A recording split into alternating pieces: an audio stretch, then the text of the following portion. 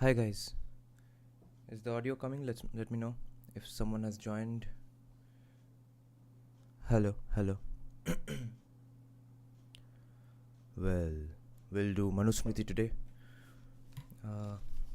Last day in a video I discussed up till the 14th shloka. We'll start from the 15th shloka, I think.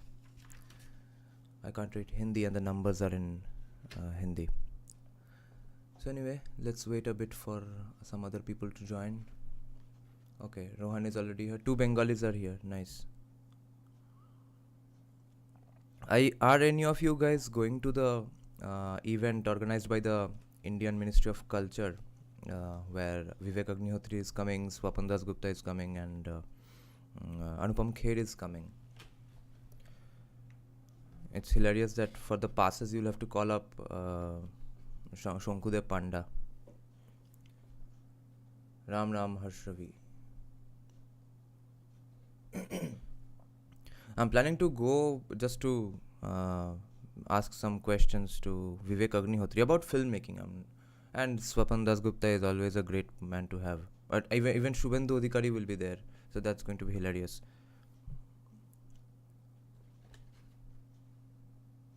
Okay. Some people have joined. Okay, I'll just start the live stream. So this shloka, we are still in the first chapter, of course. It says, Agni Vayura Bhiyaya Trayam Brahma Sanatanam Dudoha Yagya Siddhyartham Artham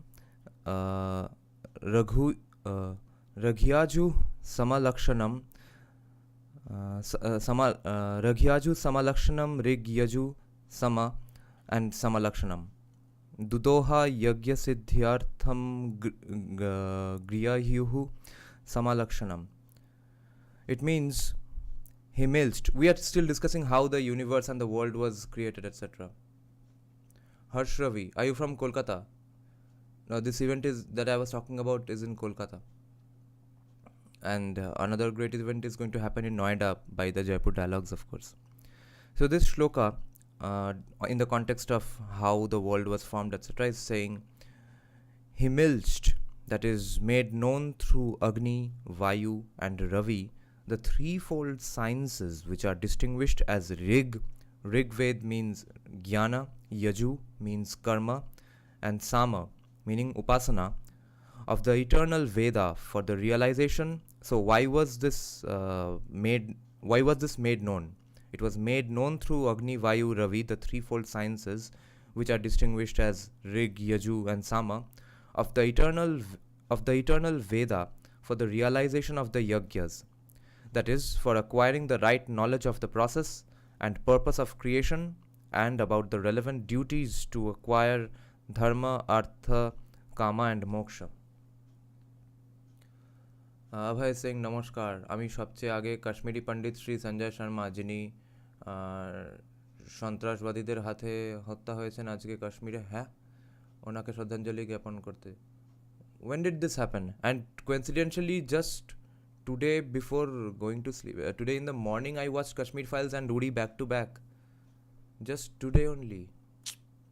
Yeah, I guess that's why Major Gauravaria was saying in his today's video that he's calling for Indian government and Indian army to help train and arm Kashmiri Pandits now.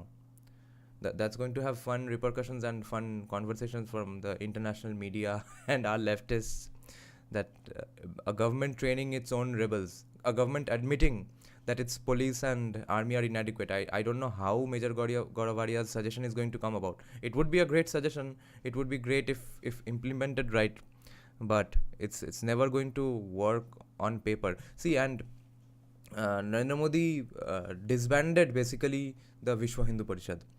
I've heard Yogi Adityanath essentially broke the backs of the Hindu Vahini, which was his own organization. I guess he thought that okay, now I'm here, why have that another one, a potential threat, a potential another pole to offset my efforts, or a potential to someday dethrone me. So these people don't really want a parallel point of power who are going to take away my voting bank or my authority over the people. So and even legally and logistically, it's never going to make sense, because why are you yourself arming your citizens if you have an army and military? So it's going to be hilarious if they do it, but it's going to save the lives of a lot of Kashmiri Pandits if Major Gaudavaria's suggestion is taken into account. But let me know what you all think. Should citizens be armed with the help of the army and the police, even though we have an army and police? I mean, should be armed not out of your own accord for having some self-defense, but Major Gaudavaria is saying that have a 6-month camp with them, train them in arms, fitness, daily discipline, everything. Okay, Afin, yeah, bro, what's up? Yeah, he was a security guard, has left the world with one wife and one daughter. Now think of the daughter, what will happen to her?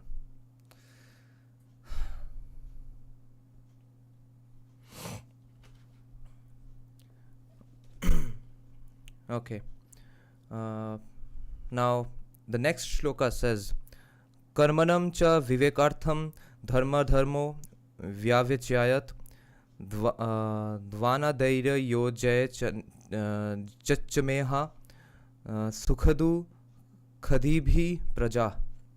It means, moreover, in order to be able to distinguish actions, that is karmas, he separated, he with capital H, he separated virtue, that is dharma, and vice, adharma, and connected the creatures to be affected by the dualities, that is the pairs of opposites like pleasure and pain. He separated virtue, he separated dharma, he meaning capital H with God obviously, he separated dharma and adharma in order to distinguish karma, and connected the creatures to be affected by the dualities, that is the pairs of opposites like pleasure and pain, etc. He connected these creatures. The next shloka says, Anvyo matra vinashinyo dashardhanam tu ya smrita tabhi sardhamidham sarvam sambhavat yanu purvasha. It means, but with the fire tanmatras already mentioned, which are perishable, that is changeable, all this world comes into being, that is created in due order, from subtle to gross and grosser, etc. Subtle to gross, again meaning shuksha, shukshma, sthula, sukshma, karan. Okay, Afin is saying, yeah, we don't have to give any excuses. Weapons are cows are scared to us. We need not give any excuses. Heck, one of Vishnu's name in the Sahasranama is one who is worshipped by keeping knowledge of deadly weapons. Yeah. Okay. Fire tanmatras. Okay, the next shloka says, Yam tu karmani yasmin sa nyayunkta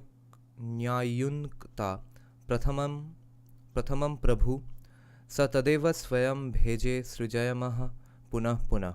It means that Lord assigned specific acts to the creatures in the beginning of the cycle of creations, and afterwards, in each and every creation, each creature attains that assigned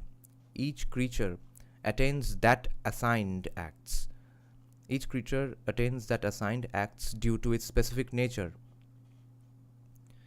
Okay, then Himsra Shimsre Mridukrude Dharma Vrittantrite Yadyasya so Dadhat Sarge Tattasya Svayamavishat. It means the natural traits like noxiousness and non-violence, gentleness and ferocity, virtue and vice, truth and falsehood, etc. Whatever qualities he with capital H, whatever qualities he assigned to those creatures in the beginning of the cycle of creations, those qualities naturally revert to them during the succeeding creations. Okay, some more comments.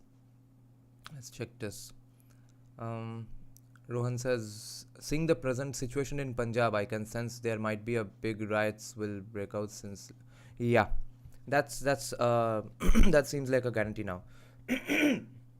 So George Soros's comments came George Soros's Open Society VP came to Bharat Jodo Yatra.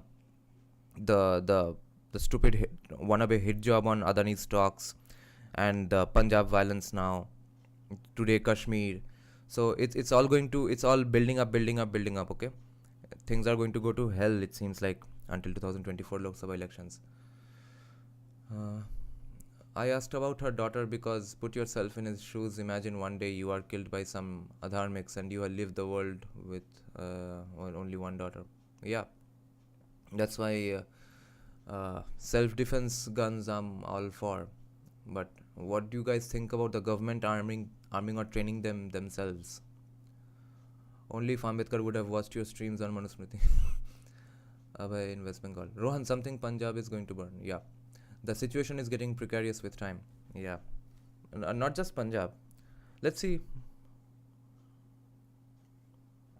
Kerala, Bengal. Those are the usual culprits. But I think... let's see. Okay. Now, the next shloka says, Yatharthu linganyartivaha swayamevat vartu paryaye svani svanya bhipadyante tatha karmani dehina. It says, just at the change of seasons, the characteristic features of the new season are indeed manifested naturally. So in the same way, the creatures, that is the embodied souls, creatures meaning embodied souls, जिस soul का कोई body हो गया, embodied souls resume their own appropriate course of action, that is, start the performance of their specific karmas. Okay, Shravya, don't the Khalistanis want the Pakistani Punjab too? What are the exact demands of the Khalistanis? I don't get them. It's such an artificial movement. It's absolutely incoherent. At least I know what the Muslim terrorists want. I don't get what the Khalistanis want actually. They just want a separate country. They think they're going to be safe, or they can get the country from the Indian government. How stupid are they? Yeah, like the status I shared from Vedas, he was saying that Khalistani should remember that this government is not the past government, and today's technology that's in the hands of the raw IB.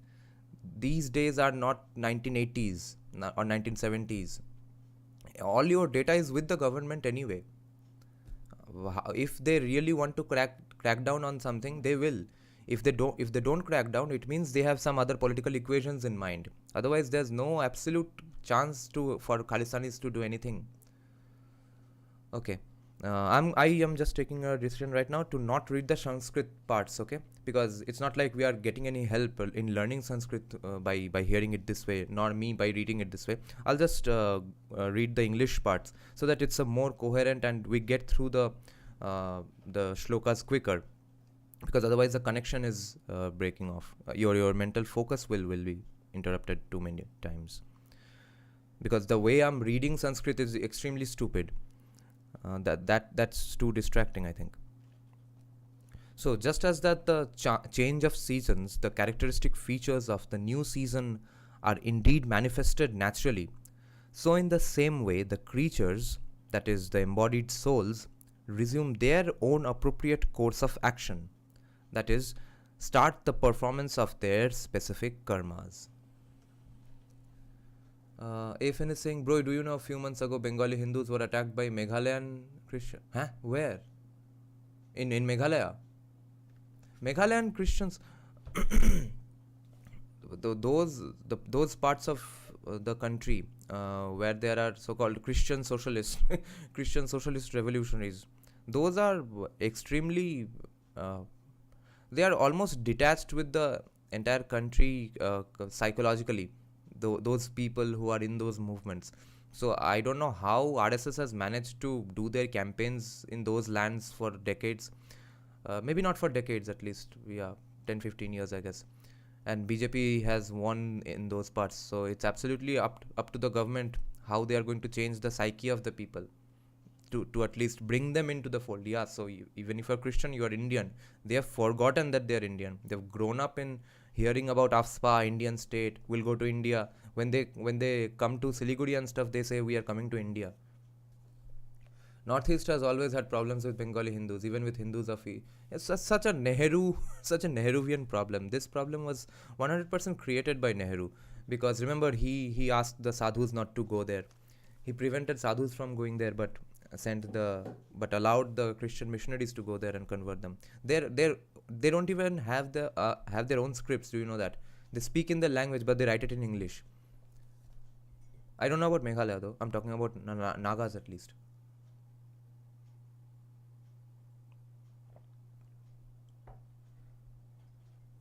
RSS does the bus sabka ek DNA. The snakes will bite even if the bite given the opportunity.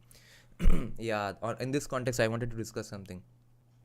But cut some slack to RSS, because they at least did the campaigns, the hardcore ground level campaigns, which led BJP to win in those parts. Otherwise, it would have been a permanent cut off Nagalims for Christ kind of a thing, or Congress. Those people would keep winning there. Kautilya admirer, namaskar bhata, namaskar. Kautilya admirer, you were saying that this is so Arya Samaji version of Manusmriti, or his views are these translators' views are so Arya Samaji that they were mentioning Rigvedic shlokas, mantras which don't even exist. Can you elaborate more on that? Are you saying then that, because you had commented on my YouTube shorts that women and Shudras were allowed to perform or read and perform yagyas or not? What's your take then, based on how much you have read? Maulana Bakendra Puri, hello bro, hello. Yes, but Kanglapakho head was writing ballads on. Yeah. When did that happen? When did they write? How do you know about Kanglapakho? I keep forgetting that you are Bengali. Bro, why don't you come on Sanatan Samiksha channel? What do you mean? Come on Sanatan Samiksha channel for debates and live debates. Yeah. Okay. So I'll continue with Manusmriti. As the comments keep coming, oh yes, Arya Samaj translation is best. Okay. Bakendra Podi, the guy next to you, commenting just below you, is going to disagree. Okay, no, they are not allowed. Okay. So your take then is, I guess, that then they were, at least the people of those days, the Hindus, so-called, the Vedic people of those days, were in fact anti-women or anti-Shudra, or they just thought these people don't need to do yagyas, they have other duties, that's why? Or would you think that, yes, they may have been anti-women, anti-Shudra, etc. in those days, but we don't have to be that way today? What's your take on this? The Supreme Lord created the Brahmana, the Kshatriya, the Vaishya, and the Shudra, these four classes of people, for the welfare and prosperity of the world, endowed with the distinctive traits of the mouth, the arms, the thighs, and the feet.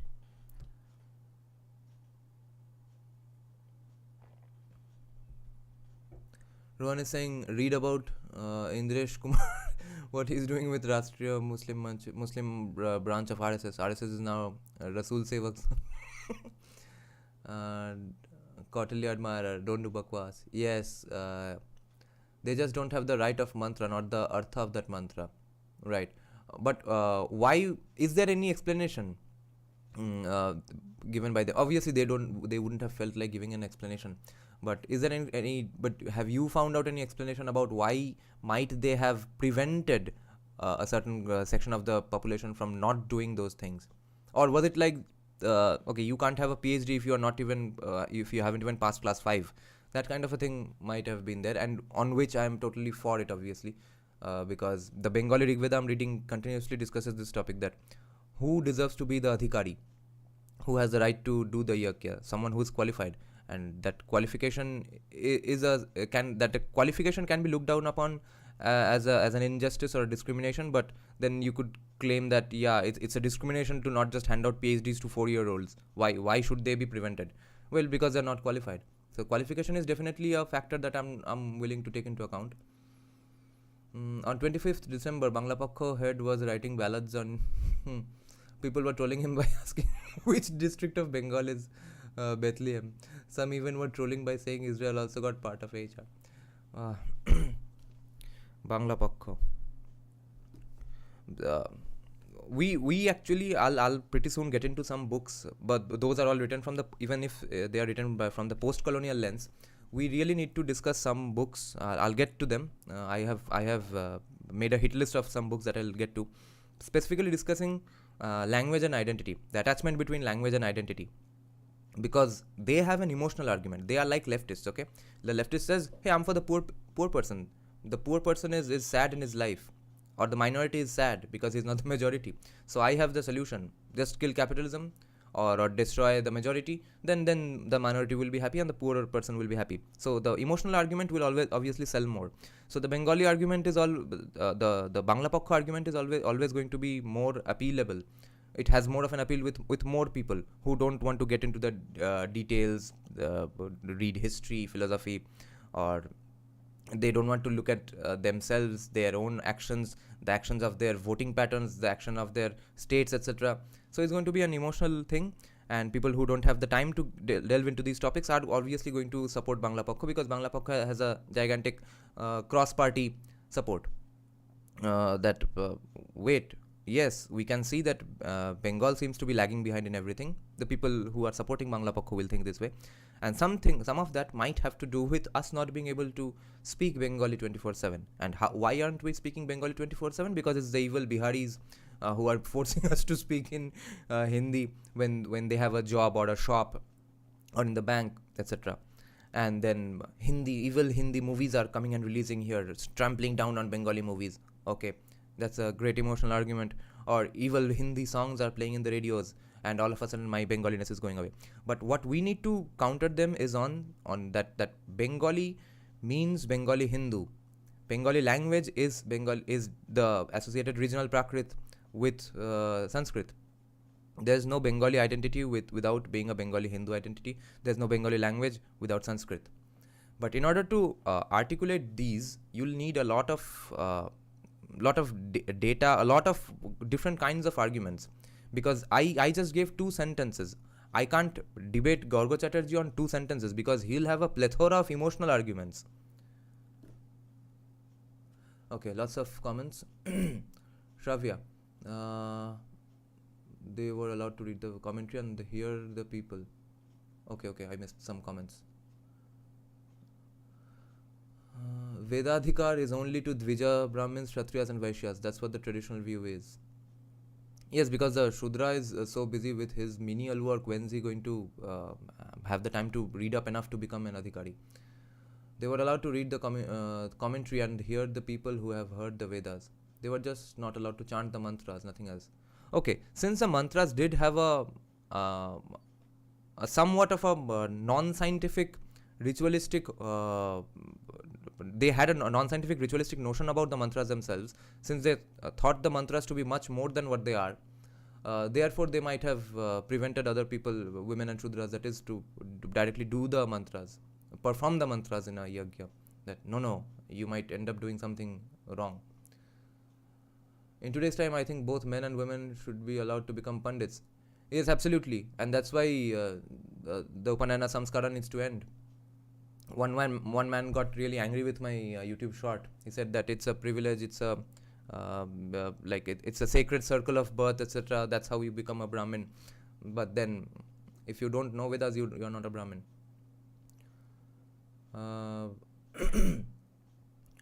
What's your views on Abhijit Chavda? I really like Abhijit Chavda. I disagree on some things, not on history obviously, because you'll have to Google those yourselves. But his conclusions, some you can agree, some you can disagree. Afin, Bukunin actually had a break to this Marxist logic, though he was an anarchist. What nonsense, we are forced to speak English instead. Yeah, Vedadhikar. Don't think so, bro. Especially seeing how south of India, Bengal, Kashmir and Punjab becoming ticking bombs. Yeah. Okay. So I saw an interview of a person from POJK, Abu Amjad Ayub something. He has a PhD also. I think he lived in the West. Oh no, he got his PhD from China. He's a socialist actually, and he is a big POJK activist who wants POJK to be rejoined with India.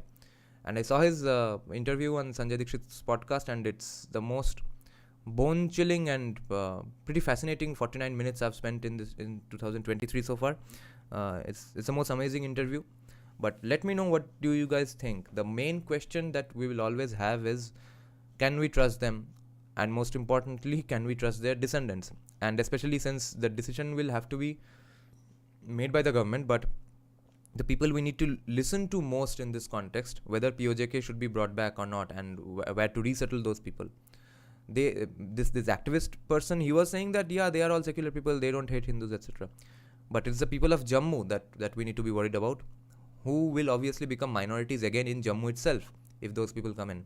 So what are you guys' take on this? Should POJK, even if it's taken, where do you think those people should be settled? It's better that they are settled in Jammu, where they are, for now at least, claiming to be not anti-Hindu. It's better to have them there than have them mingle with more problematic populations elsewhere in Bengal and Kerala. People have Kautilya Admirer is saying people have the belief, and Shastras also say that mantras have some power. Even Om is prohibited to chant without proper initiation. Yeah, it's not like there's absolutely no science there, but anyway. POJK is very radicalized, do not fall for them. Yeah, Abhay, so what to do about this? So never have POJK then, or kick those people out, and then have POJK just as a blank piece of land. It's a difficult conversation we as a population are going to have. Okay. Now Manusmriti says, now here in this world, the nature and the order of men and the creatures according to the species in which they are born, and the duties of men as mentioned in the Vedas, that I shall declare to you. The cattle, that is the domestic animals, the deer, that is the wild animals, and the carnivorous beasts, that is the lions, the tigers, the rakshas, the pishachas, and men, all these born from the womb are viviparous, Jairuja. The birds, the snakes, the crocodiles, the fish, the tortoises, and the like, either terrestrial or aquatic, are born from eggs. They are oviparous, Andaja. Gnats, Gnats, gnats, mosquitoes, biting insects, fleas, flies, and all other creatures of that kind spring from warm and moist habitat. They are called Svedaja. This seems pretty nice biology. So carnivorous animals are born from the womb. Yeah, they are born from eggs. Yeah, of course they had eyes, so they could see that's how they are born. Mosquitoes, biting insects, they are born. Yeah, they didn't know that they are also born from eggs. So flies are born from warm and moist habitat. Yeah, that much they knew. Afin is saying separate state, make it West Kashmir, that it have some temporary domicile rules, not like 377. You mean 370, right? Okay, yes, I don't have the answer to it. Yeah, that's the problem. Yeah, Afin's suggestion seems better. Don't just thrust that population down on Jammu's Hindus. Okay. All the plants which are fixed to the ground, and those which grow from the seeds, cuttings and grafts, the cereals and others which dry up after having produced their fruits and seeds, and those which bear many flowers and seeds are called udbhija, because they spring from the soil. Those trees which bear fruit without flowers are called vanaspati, and those which bear both flowers and fruits are called vriksha. These also are udbhija. The many varieties of plants, shrubs, bushy plants, weeds, and the different kinds of grasses which grew from seeds and stalks, and the climbing creepers which grow from seeds and stalks are also udbhija. We are discussing the basic formation of the planet. These plants are enshrouded by multiform qualities of tamas, non-consciousness. That is, they are not conscious like the animals, and it is due to the results of their past karmas acts. The animals possess internal consciousness, and therefore they are susceptible to pleasure and pain. Wait, did you guys just hear this?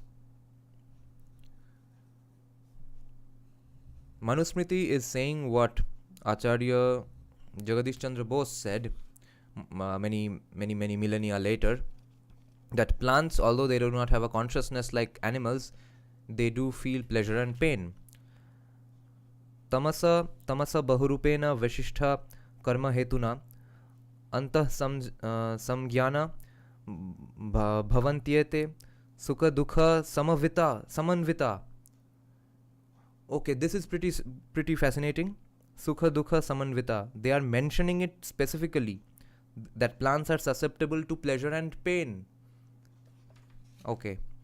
So Manusmriti is saying that plants, although they do not have a consciousness like animals or humans, they do feel pleasure and pain. Millennia before Jagadish Chandra Bose said it. Bhai, I'm planning to read the Vedas. Where should I start? Rig Veda. If you mean whose translation, then I don't have an answer, because I myself haven't found a trustable, a believable. I don't know which translation to trust in English. I think you should read it in your mother tongue, if you can read it. Can you speak and read your mother tongue? There are great translations in Hindi, I guess. What is your solution to prevent possible demographic change in future? We can use Chinese technique for POJK. Chinese technique for POJK. I think Chinese technique should be used for the rest of Pakistan if we can get our hands on it. But POJK, yeah, so much international pressure. It can't happen unless we have a economy like China. Harshra, we read official rigveda.pdf. Yeah, but it needs to be translated by someone that you can trust, because any random Westerner translating Indic texts cannot be trusted.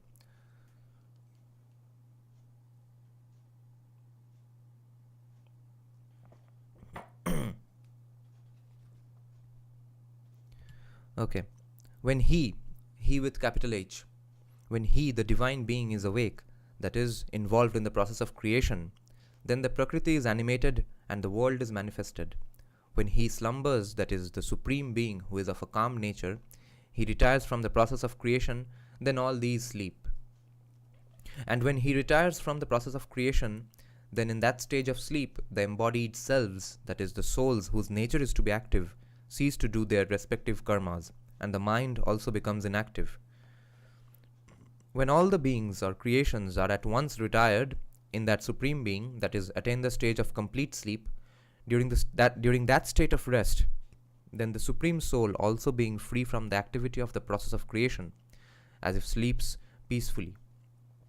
The one imperishable supreme soul, it's all with capital letters, okay?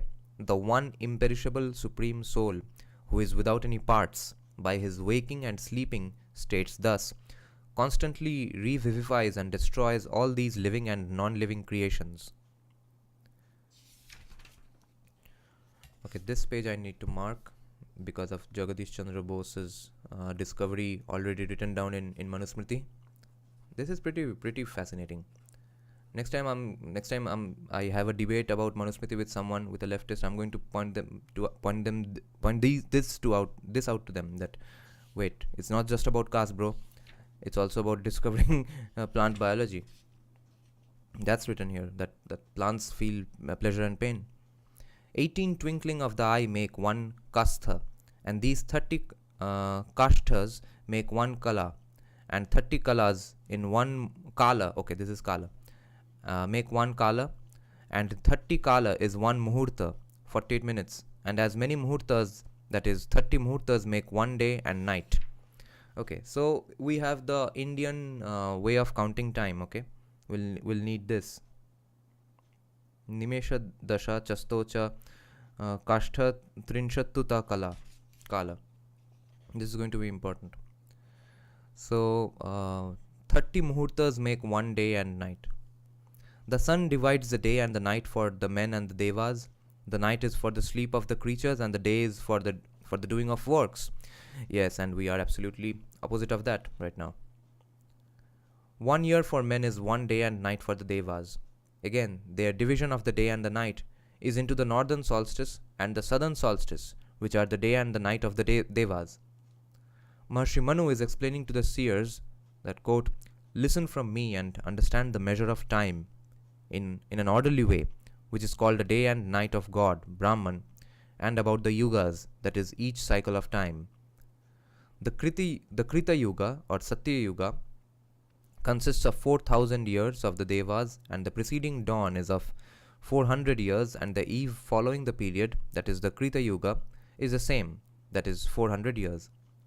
Of the other three yugas, Treta, Dvapara, and Kali Yuga, and their twilights, that is their Sandhya, Samdhya or dawn, and their Samdhyansha or eve, their cycle of years is known by diminishing the number of years of the preceding yuga by 1,100 years for the twilights.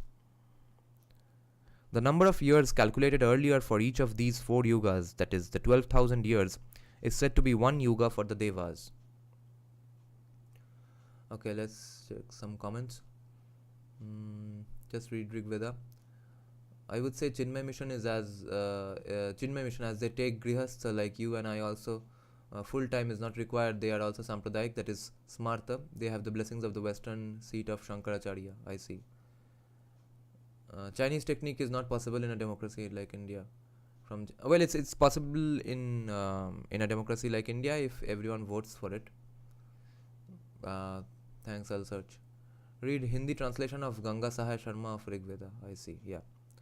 Oh, by the way, bro, you can check the index. Is the something called the war morality, like what to do during war line, the Geneva Conventions. Where is this war morality? In Manusmriti? Yeah, it will probably be in Manusmriti. Yeah, we will get to those parts. Okay. And it is understood that 1,000 yugas of the Devas count as one day of the Brahman, and his night, his with capital H, his night is of the same duration, that is, it is as long as the day. That time cycle of 1,000 yugas is the holy day of Brahman, and understand the other cycle, which is certainly of the same duration, to be his night. Those people who understand this are indeed the masters of the science of the day and night of Brahman. That omniscient being, the Brahman, who was as if asleep during the dissolution stage at night, at the end of this night cycle wakes up, that is, gets involved in the process of creation, creates the mana, which is called the mahat, the first substance, which by its own nature or self has the properties of sat, that is existence, in its primordial form, and asat, existence in its modified form. So sat is existence in primordial form, asat is existence in modified form. Impelled by the desire to create, that Brahman, the great and omniscient Lord, creates the Mahatattva, which is the first modified product of the primordial matter, and that is Prakriti. Then from that point, the process of creation continues, and Akasha, ether, is produced. And know that its property is sound. Yes, this is what I was discussing yesterday, right? While discussing the Arthashastra or the previous day, that every primordial matter, every portion of Prakriti there's supposed to be a hierarchy, and that every Prakriti is supposed to have some gunas of the previous one. So the property of Akasha is that is ether, its property is sound. And after Akasha, from the modifying properties of Mahatattva,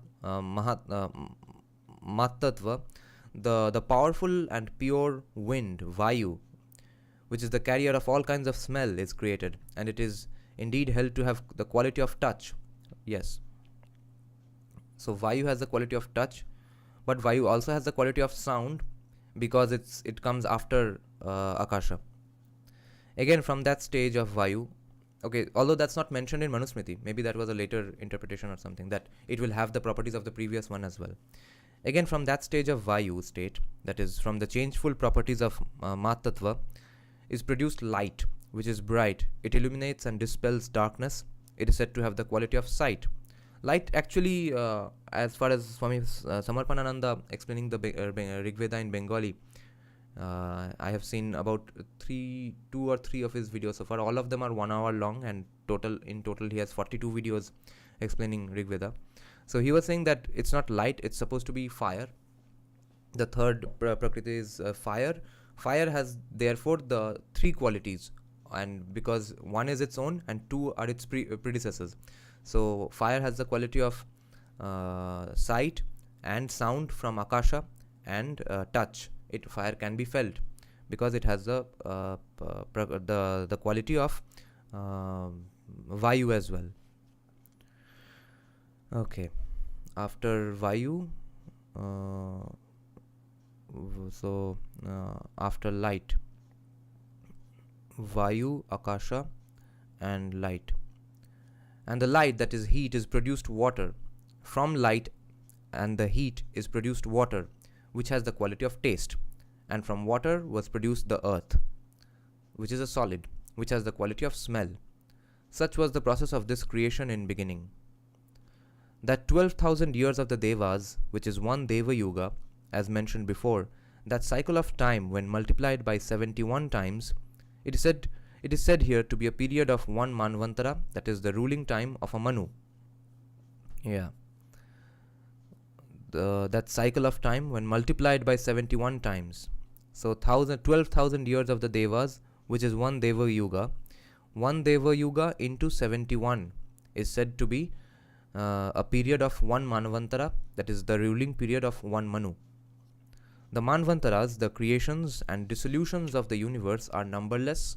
The Supreme Being repeats this cycle again and again, sporting like.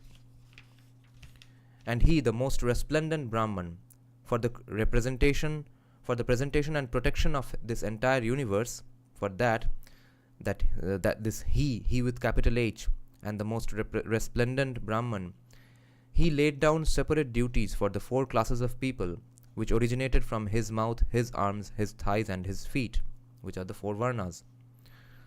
He assigned 6 duties to the Brahmanas, that is, to study and teach the Vedas, to do yagyas for their own benefit and to conduct or officiate yagyas for others, and also to give gifts or alms and to accept gifts. Okay, lots of comments. Okay, now to the person who got angry with my idea that you are not a Brahman unless you know the Vedas. Now the Manusmriti is agreeing with me. So if you think you can be a Brahman just because you were born in that family and you have an unearned Janeyu, here's what Manusmriti says to you. He, the God, he assigned 6 duties to the Brahmanas, that is, to study and teach the Vedas, to do yagyas for their own benefit, and to officiate yagyas for others, and also to give gifts or alms, and to accept gifts. So which of this are you doing? Unless you are doing these, you are not Brahman. Okay.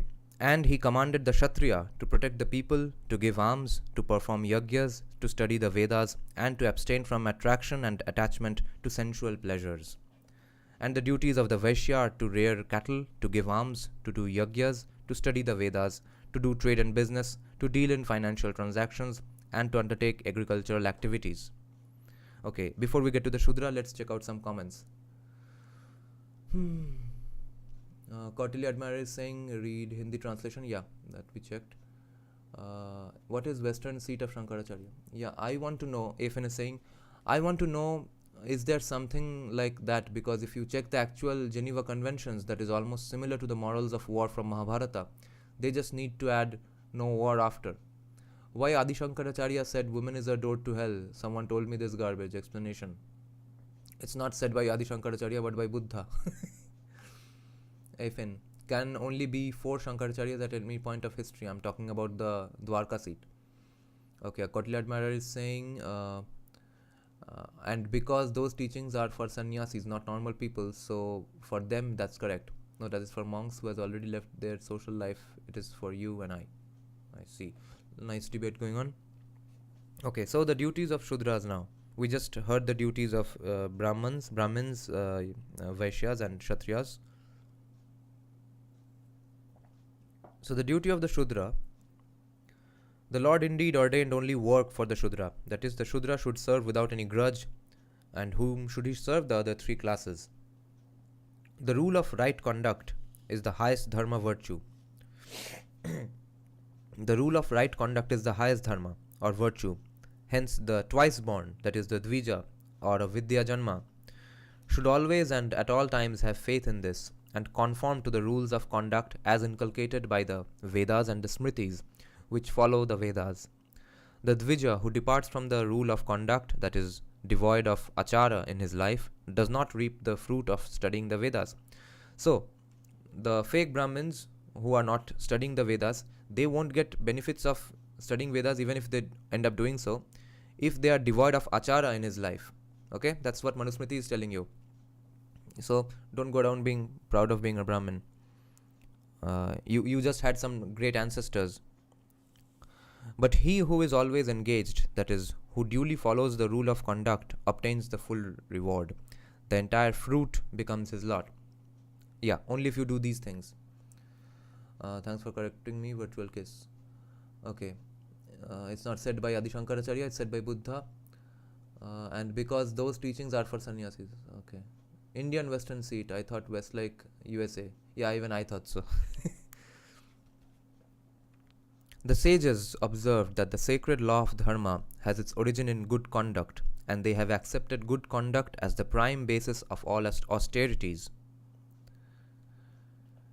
That dharma which is followed by the pious men who are learned in the Vedas, and which they have always followed free from hatred and inordinate affection, and which has been well understood by their heart or soul, hear that from me. Indeed, too much desire is not laudable, and also total absence of desire is not to be found here in this world. Even the study of the Veda and the performance of all the sacred Vedic duties prescribed by the Vedas are acts performed with a desire. What a beautiful... This is why I'm running this channel. This is why I'm doing these live streams. This is why I'm doing this even as someone born and raised atheist. This is why I'm with Hindutva. This paragraph embodies all that. All I'm about is the wisdom and the knowledge that can be found in our Indic texts. That's why I'm not reading commentaries first. That's why I'm not reading these, is the Manusmriti good or bad? I'm not reading a journal to find this out. I'm reading the primary source, this, because of this very reason. See what a beautiful line this is. This is why Indian ethos, Indic texts, Arthashastra, etc., all our texts are the middle path between the polarized worlds of capitalism and socialism or communism. This is why. See, Manu is saying, indeed, too much desire is not laudable. Yes, no one should have too much desire. And also, total absence of desire is not to be found here in this world. Even the study of the Veda and the performance of all the sacred Vedic duties prescribed by the Vedas, even they are performed with a desire. तो desire नहीं होना चाहिए, desire नहीं होना चाहिए, ये सब white liberal hippie talks बंद कर सकते हैं अब हम. Manusmriti is saying, yeah, some desire will always be there. What a great sentence. I'm going to mark this saying, Manu for desire. Okay. Verily, desire has its origin in determination. All noble acts, vows, practice of dharma, and observance of social disciplines are the effort of desire. Wow. That is why they are said to be born from desire. Yeah. I remember, have you all watched the famous series Friends? There was a great part in Friends. This reminds me of a scene in Friends when Phoebe, the character of Phoebe, was having a debate with Joey that are good acts, are there any such thing as a selfless good act, a selfless kind act, which commies and socialists pretend to do all the time, that they are always being selfless. And Joey says to her that no, there are absolutely no selfless acts. With every selfless act, you'll gain some benefit or the other. If not anything, you'll gain some satisfaction and happiness. So therefore, that's also not selfless. And we are kind of discussing that here. All noble acts, vows, practice of dharma, and observance of social disciplines are the effort of desire. That is why they are said to be born from desire. I am reading the Manusmriti. Verily, here in this world, whatever acts are performed, all those acts are the result of kama or desire. No act, even the blinking of the eyes, can never be seen to be performed without desire. Therefore, whatever a man does is inspired by kama. Man, we are getting into fascinating parts already. Let's check some comments. Madhavacharya followers always disagree. I'm gonna buy this Manusmriti after my exams. Yeah, just so you know, this is the particular edition.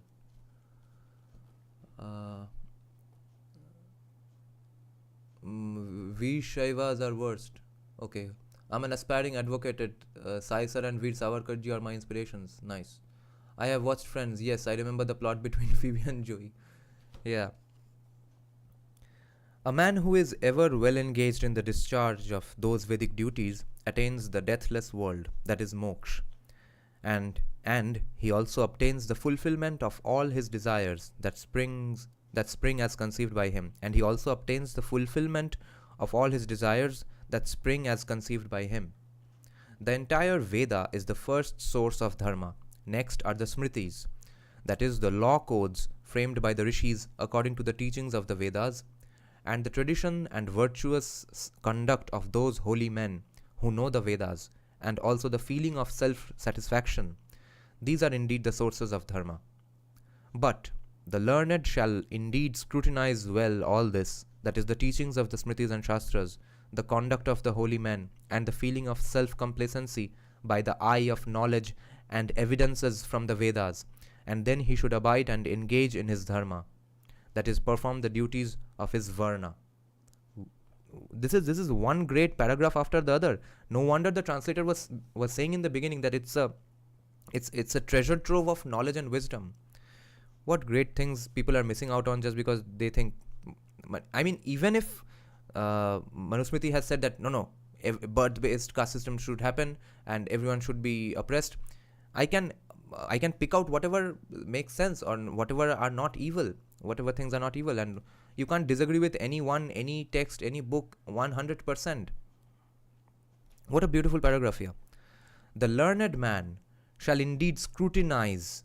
What should he scrutinize? He should scrutinize. The learned man should scrutinize the teachings of the Smritis, Shastras, the conduct of the holy men, and the feeling of self-complacency. And what should he scrutinize this with? He should scrutinize this with the eye of knowledge and evidences from the Vedas, and then he should abide and engage in his dharma, that is, perform the duties of his varna. This is Manusmriti.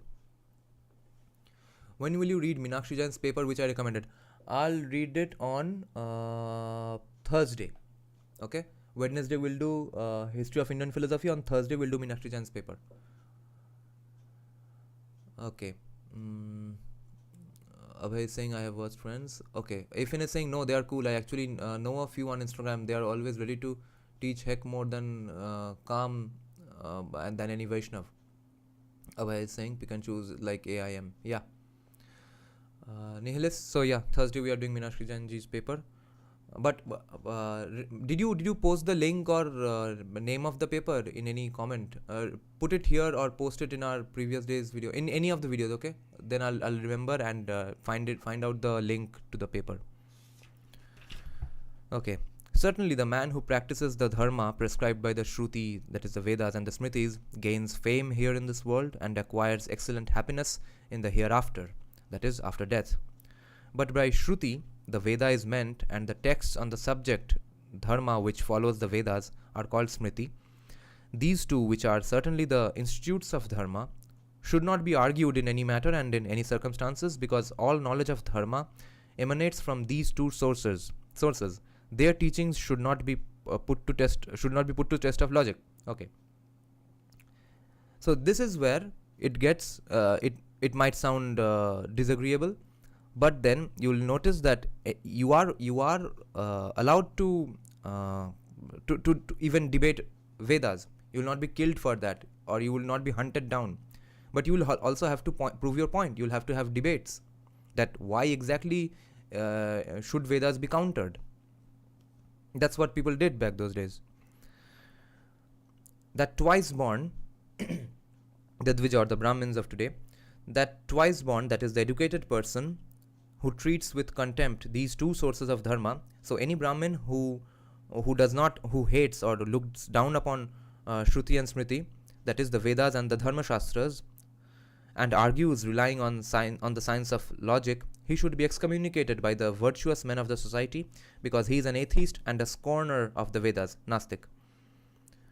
excommunicated, yeah, and if he loses the debate and agrees to stay back, then it's a different matter. That is the Vedas and Dharma Shastras, and argues relying on the science of logic, he should be excommunicated. Let's read this. Shloka. Yovamanayatya te mule hetu shastra shrayad dvija sa sadubhir bahishkaryo nastiko vedanindaka. Yeah, whoever does ninda of Vedas. So this seems like it. So also see, this part I don't really find agreeable, but also I don't have the answer to what would society be led to, because remember something always, that whatever discussion, freedom of speech, etc., group rights versus individual rights, all that has to operate inside a framework. But if the framework is destroyed, then everything goes to hell. So maybe this paragraph particularly can ensure the protection of the framework. Inside the framework you can do and say whatever you like. But even if we don't, at least this proves that having this paragraph not distorted in any way in order to defend the Manusmriti, this proves that this particular translation is pretty trustable, it's pretty legit. The one concern that some people have been telling me is that this might just whitewash the Manusmriti, which it isn't doing. It's showing a paragraph, it's translating a paragraph which might sound disagreeable, which would sound disagreeable to any modern, that I mean when I say the word modern, any modern Indian would find this paragraph absolutely disagreeable, even though they might like some of the other things Manu just said. So like Abhijit Mitra says, pick and choose. The Veda, the Smriti, the good conduct of the truthful persons, and self-complacency, these four are called by the learned as the pure, conspicuous, positive proofs of Dharma. That is, Dharma is defined by these four evidences. The right knowledge of Dharma is prescribed for those persons who are not given to the pursuit of wealth and gratification of their desires, that is, passion. And for the seekers of the knowledge of Dharma, the Veda is the supreme authority.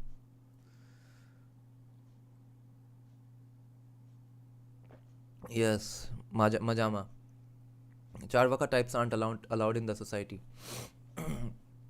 Okay, nihilist. Please put it in the comment section. Okay, comment section of the Vedas.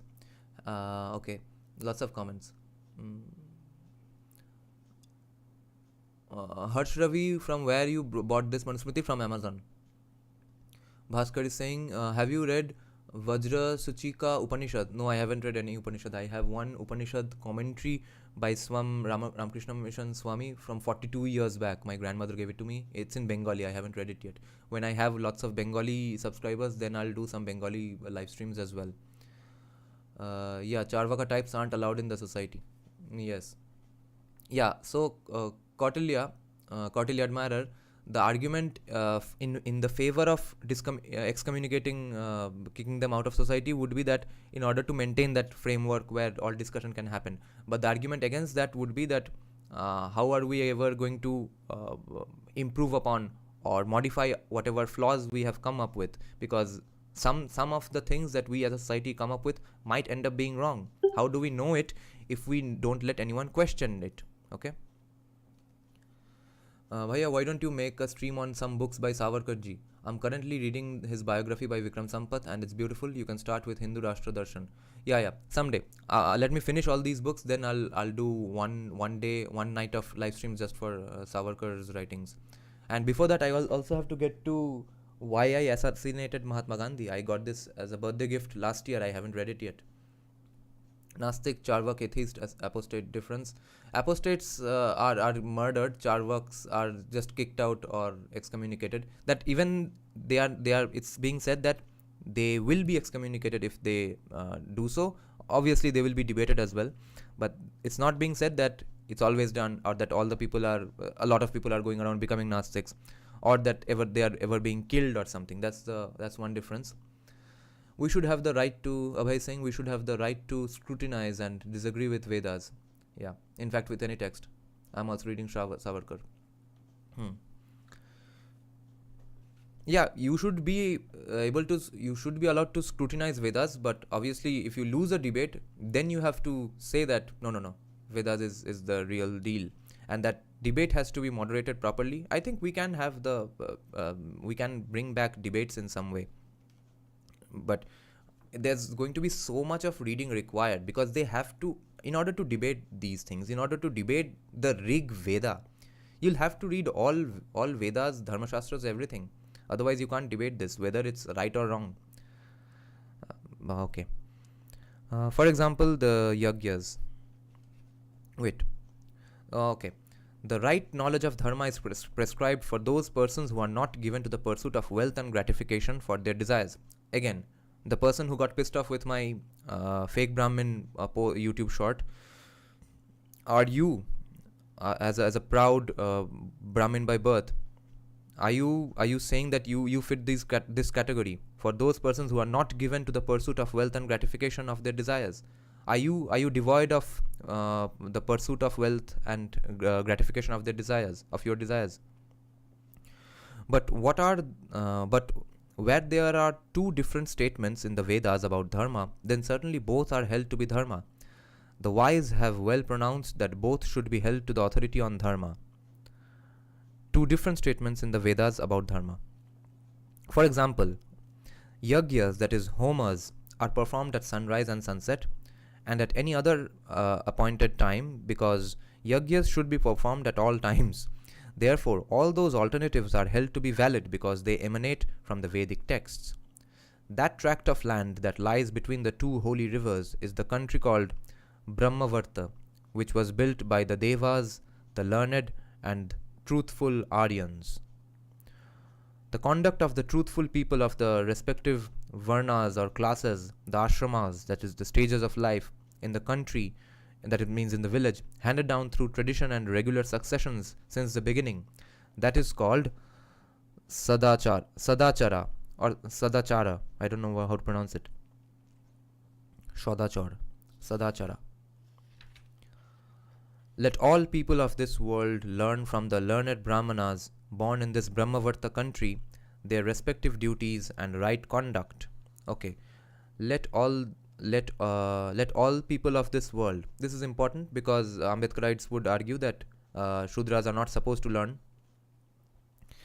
That tract of land lying between the Himavat and the Vindhya mountains, which means Himachal and the Vindhyas obviously, and also to the east of Prayaga and the west of Vinashana in the west, is called the Madhya Desha, the central region. I wonder where Vinashana is, west of Vinashana. Where's Vinashana? Is it supposed to be Vanga? But the tract of land extending from the eastern to the western sea and lying between the two Himalaya and the Vindhyachala mountains, that stretch of land is called Aryavarta by the wise. And where the black antelope roams naturally, know that land to be fit for the performance of the yagyas, but the land lying beyond is the country of the mlechas. Okay, I've heard that people of the Bengal sea coast, they were called mlechas. I've heard, even though people from Singapore, Bangkok, Malaysia, those places of the people of those places were not called mlechas.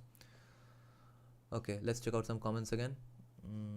Where's the question is it's not allowed. They can debate with us, but we can't live with those who abuse our acharyas, call our rishis dhurta, right? So that's whole society's personal choice. Samajik bahishkar type. Yeah, those are the nuances in Indic texts that does not allow meaning kya. That's anyone's personal choice, sadachar. But if it becomes something like caste discrimination, then it should be opposed. Yeah.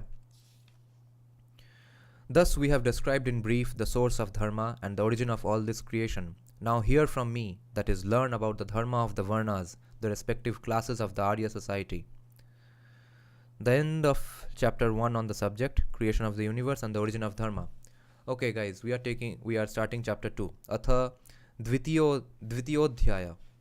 Man, this is why Bangla Pakho is stupid. This is exactly how we would say in classical or proper good Bengali. Dvitiyodhyaya. There's no difference.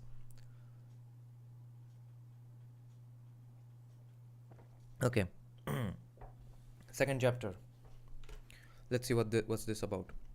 All the holy rites prescribed by the Vedas, like the sacred act of conception and the other samskaras, sacraments, must be performed for the twice born, that is, for the Brahmana, the Kshatriya, and the Vaishya, as these sacred acts or samskaras purify the body, the mana, mind, and the Atman or soul here in this life and also after death. The samskaras performed during pregnancy are Garbhadhana, Punsavana, Simantonnayana, and the postnatal samskaras are Jatakarma, Namakarana, Nishkramana, Annaprashana, and the Chola, the tonsure ceremony, and the Upanayana and Vedarambha, the initiation with the sacred thread and the admission to the Gurukula. All these are performed by homas, that is, offerings of oblations in the fire, and by so doing, the taint, that is, the impurities derived from the seed of the father and the womb of the mother of the children of the twice born are removed. Children of the twice born are removed. Yeah, this sounds like birth-based casteism is recommended or being alluded to, doesn't it? What do you think? Gujarati Vachni. Okay. Gujarati chat is going on. Okay. Let's see if Manusmriti is recommending birth-based casteism once again. Okay. The samskaras performed during pregnancy are this. But this last sentence seems to be pretty controversial. All these are performed by homas, that is, offerings of oblations in the fire, and by doing so, the taint or the impurities derived from the seed of the father and the womb of the mother of the children of the twice born are removed. So, it's not like the children of the twice born are an absolute blank slate. They will be first treated as a Brahmin, but then after that they will also be they will go through the Upanayana samskara and the Vedarambha samskara, which means they'll have to start learning the Vedas. So what the distortion is that people are being born as Brahmins in a Brahmin family, but they are not doing the Vedarambha. Then they are going on doing jobs and being a YouTuber, TikToker, etc. in a Brahmin family, or eating beef, etc. That's the distortion. That's why this needs to be countered today.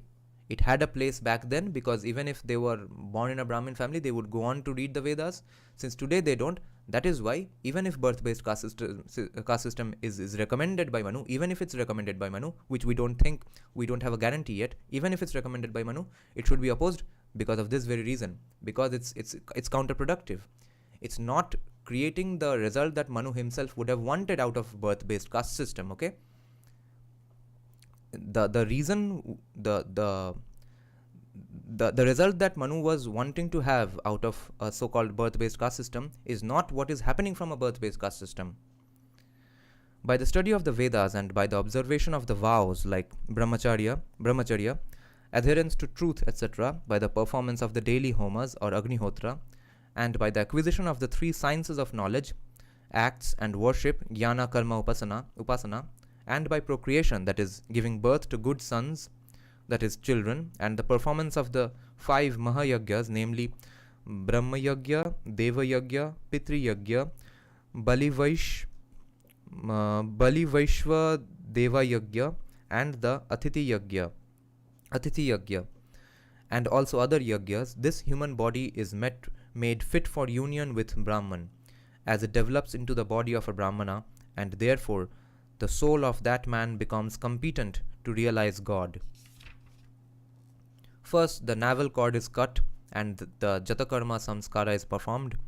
Then the baby is then fed a mixture of honey and ghee with a piece of gold wire with the recitation of the Vedic mantras. But let the father perform or cause to be performed for the child the Namakarana samskara after the 10th or 12th day after its birth, or have it performed on a convenient date or on an auspicious muhurta, on a day marked by an auspicious constellation. The name of a Brahmana shall be a term denoting auspiciousness, that of a Kshatriya denoting power, and that of a Vaishya expressing wealth, but the name of a Shudra shall be a term which denotes the idea to be protected. The name of a Shudra shall be a term which denotes the idea to be protected. Oh, to be protected. That's what his name should imply. Or the name of a Brahmana shall be a word that implies happiness, that of a Kshatriya shall express protection, and that of a Vaishya shall denote prosperity, but that of a Shudra shall express the idea of service. So different kinds of name ceremonies for different kinds of people in the society. The names of the women should be in such words which can be easily pronounced, not of a dreadful meaning. They should be explicit terms having plain meaning, pleasant, and implying auspiciousness, ending with a long vowel. That's interesting. They should express benediction. The Nishkramana Samskara. Okay, I need to mark this for baby names. Baby name recommendations by Manu himself.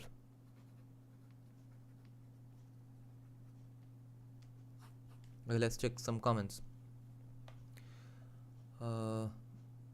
Believing, have you read Genetics and the Aryan Debate by Shrikant Talagiri? Harsh, I'm going to do live streams on his book, The Aryan Invasion Theory and Indian Nationalism. That's the only book of him that I have. I haven't read anything by him yet. And he's not a very well-spoken person. He's not a very articulate speaker. That's why it's next to impossible listening to his podcasts. Because everyone can't have the skill like Desai Deepak, obviously. Even Sanjeev Sanyal is pretty slow. He stammers a lot. And I stammer a little more than Sanjeev Sanyal even. So I hope his books will be more coherent. Okay. Kautilya Admirer is saying, believing something is not hereditary, that cannot be like caste discrimination. They can anytime change their opinion or belief, or defeat our acharyas in debate if they can. Right. Read Castes of Mind by Dirks. Yeah.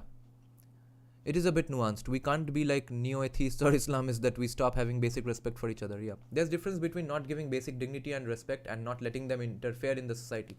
Right.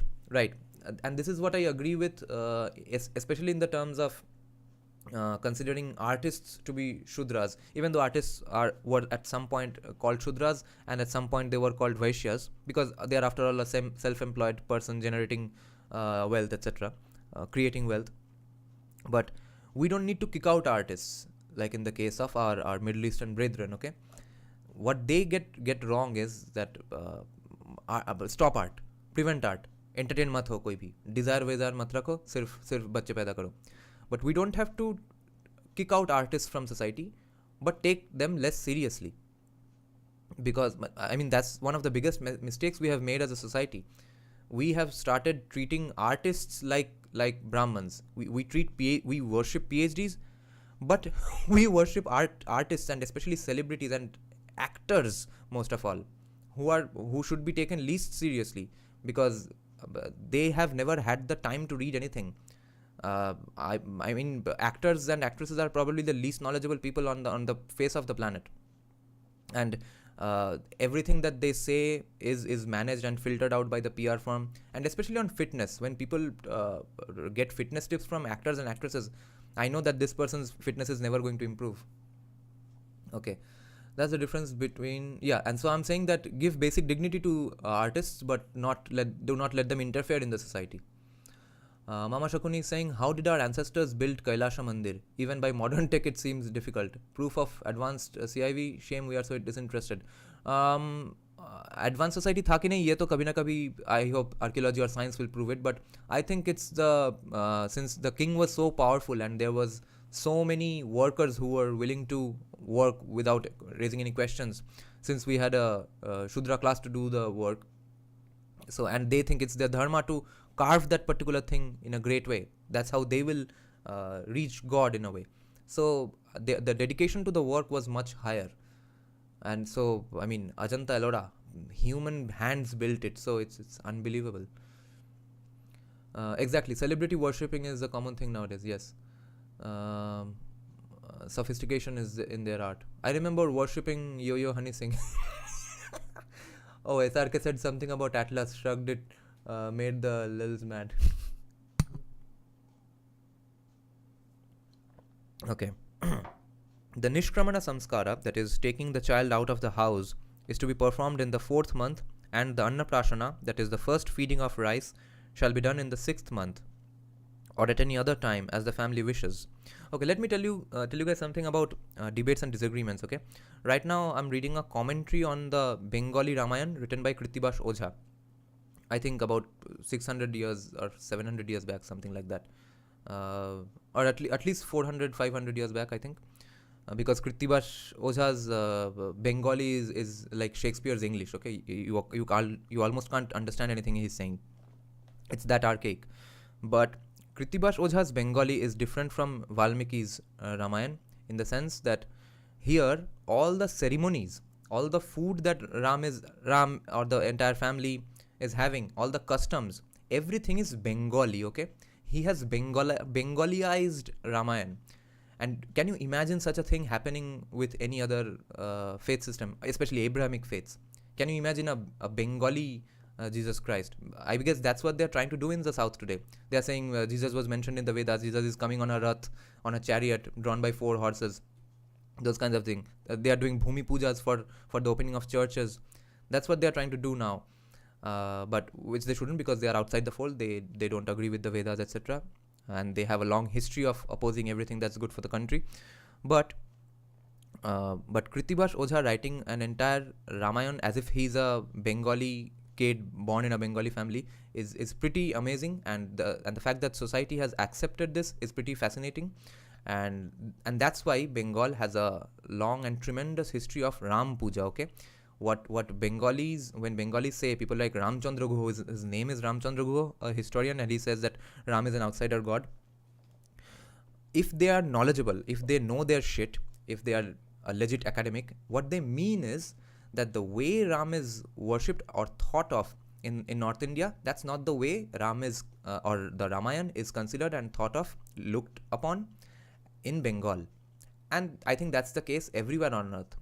For every religion, there are always some regional takes on everything based on those people, their own cultures.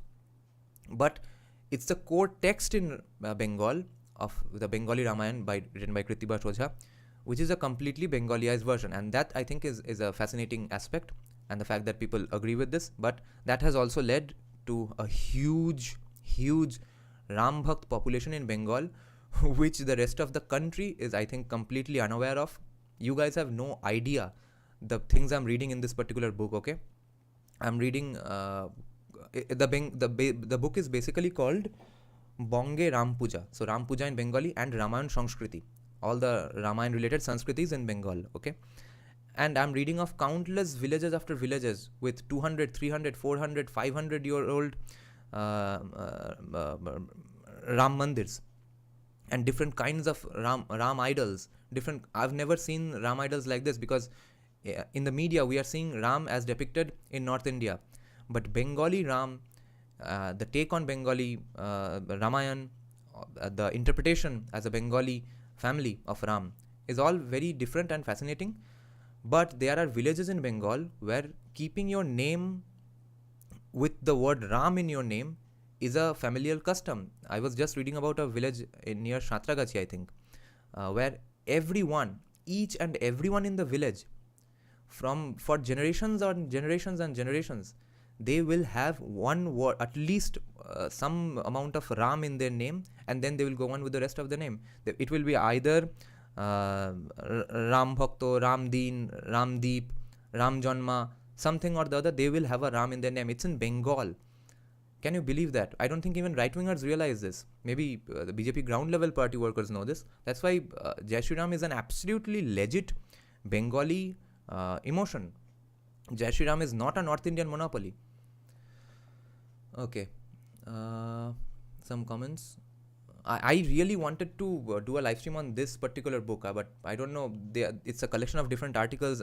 Will they hit me for a copyright or not? And plus, I don't have many Bengali subscribers who will stay up and listen to this book.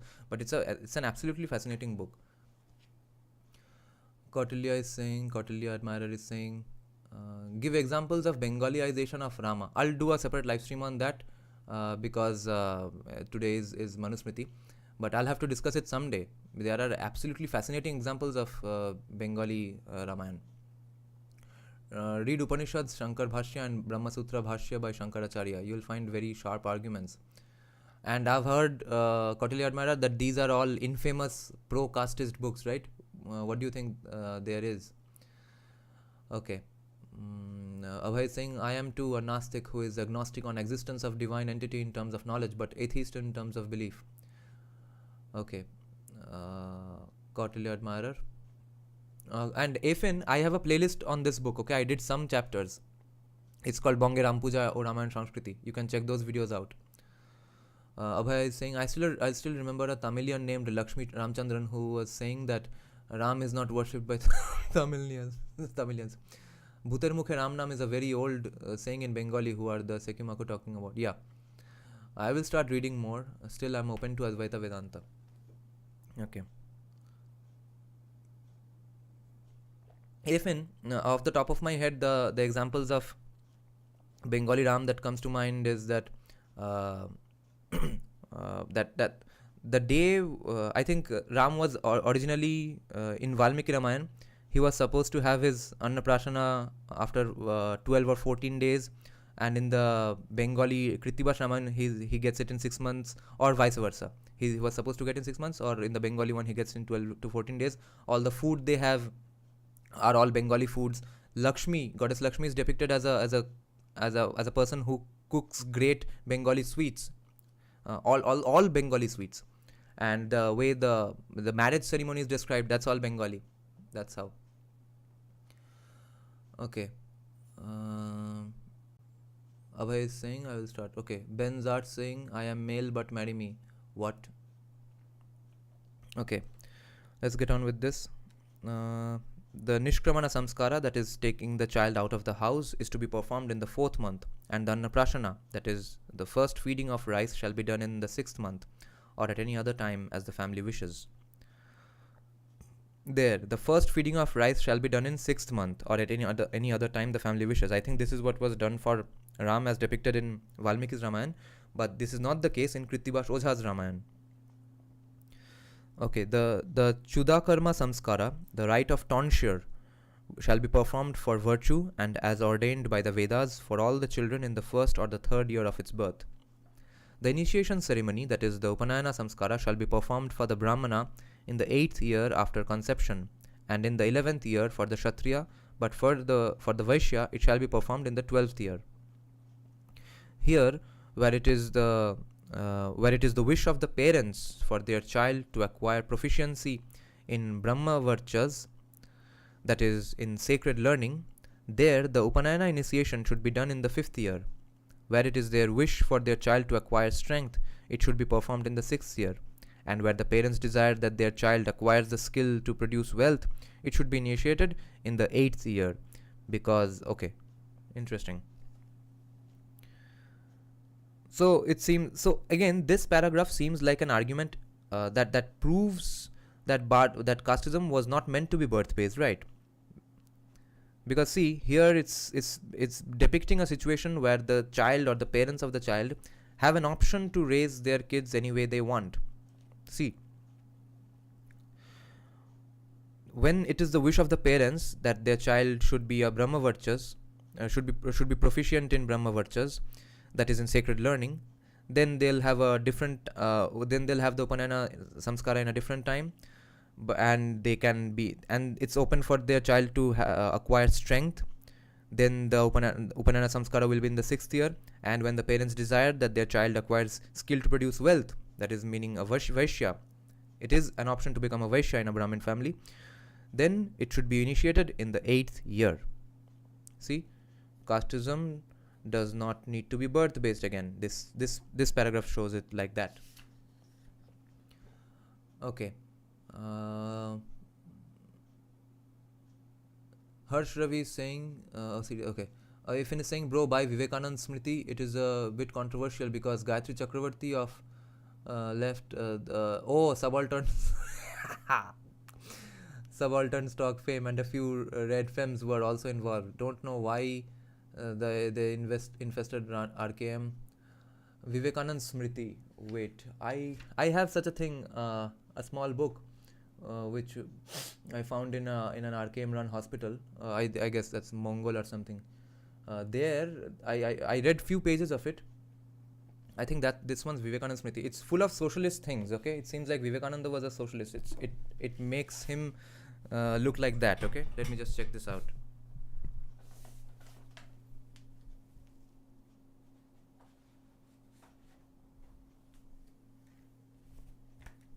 Where did it go? No, I can't find it right now. Yeah, here's this book. জাতি সংস্কৃতি ও সমাজতন্ত্র. সমাজতন্ত্র means socialism. So this is written by Swami Vivekananda, so called, but it's actually compiled by someone else.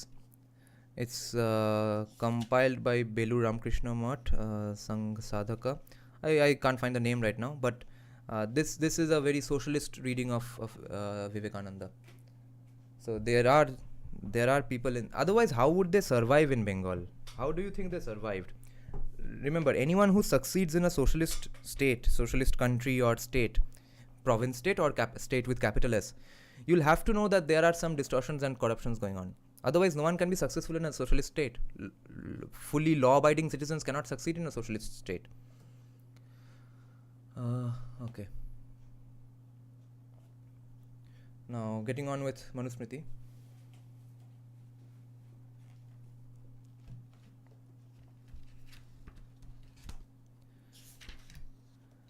The time to perform the Upanayana does not pass until the 16th year for the Brahmana, until the 22nd year for a Kshatriya, and until the completion of the 24th year for the Vaishya. The time to perform the Upanayana. Hence, after the mentioned age limits, if these three varnas have not had their Upanayana samskara performed, that is, if they are not initiated into the Savitri, the sacred thread, they become vratyas, that is, persons who have not taken the vows of initiation, and therefore they are despised by the Aryas. Okay, this is pretty interesting. Had their Upanayanas. These three varnas are supposed to have their Upanayana samskara and then read Vedas. So, why are just Brahmins getting Janeus? We all should have Janeus and then get on to learning Vedas. Some things are pretty screwed up even now. Okay. Bengali leftist. Swami Vivekananda was a secular and socialist person. Okay, Ifan is saying no, not that. It's a 1100 page long ass book. I see. Just Google it and click on the first link. Go check the book. Okay, pretty giant book. Sorry, all leftists. Okay, the Brahmana or any Dvija should certainly not deal with these vratyas, that is, persons who have not been purified according to the prescribed rules, even in times of distress. That is, should not have connection with them, either by the teaching and study of the Vedas or by marriage. Yeah, so this might be what got distorted into untouchability. This sounds like should not certainly deal with these vratyas, persons who have not been purified according to the prescribed rules. See, bad people will always be there in the society to misinterpret things. Purified, यहाँ mind का purify का बात हो रहा है, लोगों ने बना दिया skin का purity. Let the three classes of brahmacharis, according to their order, respectively use as the sitting mat the skin of black antelopes, spotted deer or he-goats, and wear clothes made of hemp, silk or wool.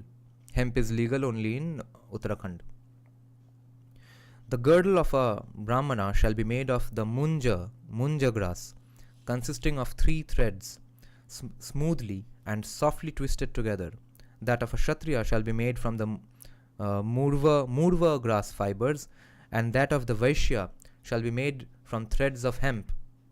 Nice. But if the munja grass etc. are not available, then certainly the girdles shall be made from the fibers of the kusha, ashmantaka and the balvaja grass respectively, having 3 strings and with a single knot, or with 3 or 5 knots. The yagyopavita, the sacred thread of a brahmana, shall be made from cotton consisting of 3 threads, that of a Kshatriya shall be made from silk threads, and that of the Vaishya from woolen threads respectively. So, a janu for everyone, and it should be worn urdhva vritam, that is, from the top right shoulder to the left part of the body. A brahmana shall carry, according to the law, a staff made of the bilva or palasha, a Kshatriya of vata or khadira, and a Vaishya shall carry a staff made of pilu or umdumbara. Made of pilu. Everyone should have a staff and they should walk with this, but only Brahmanas ended up doing that. Okay, Navneet Sarkar is saying, my family changed surname from Barui to Sarkar through rituals when we migrated from East Bengal to Andaman during partition of India, since my grandfather became farmer. I see. Interesting. Yeah, even I'm from the Alombayan Gotra.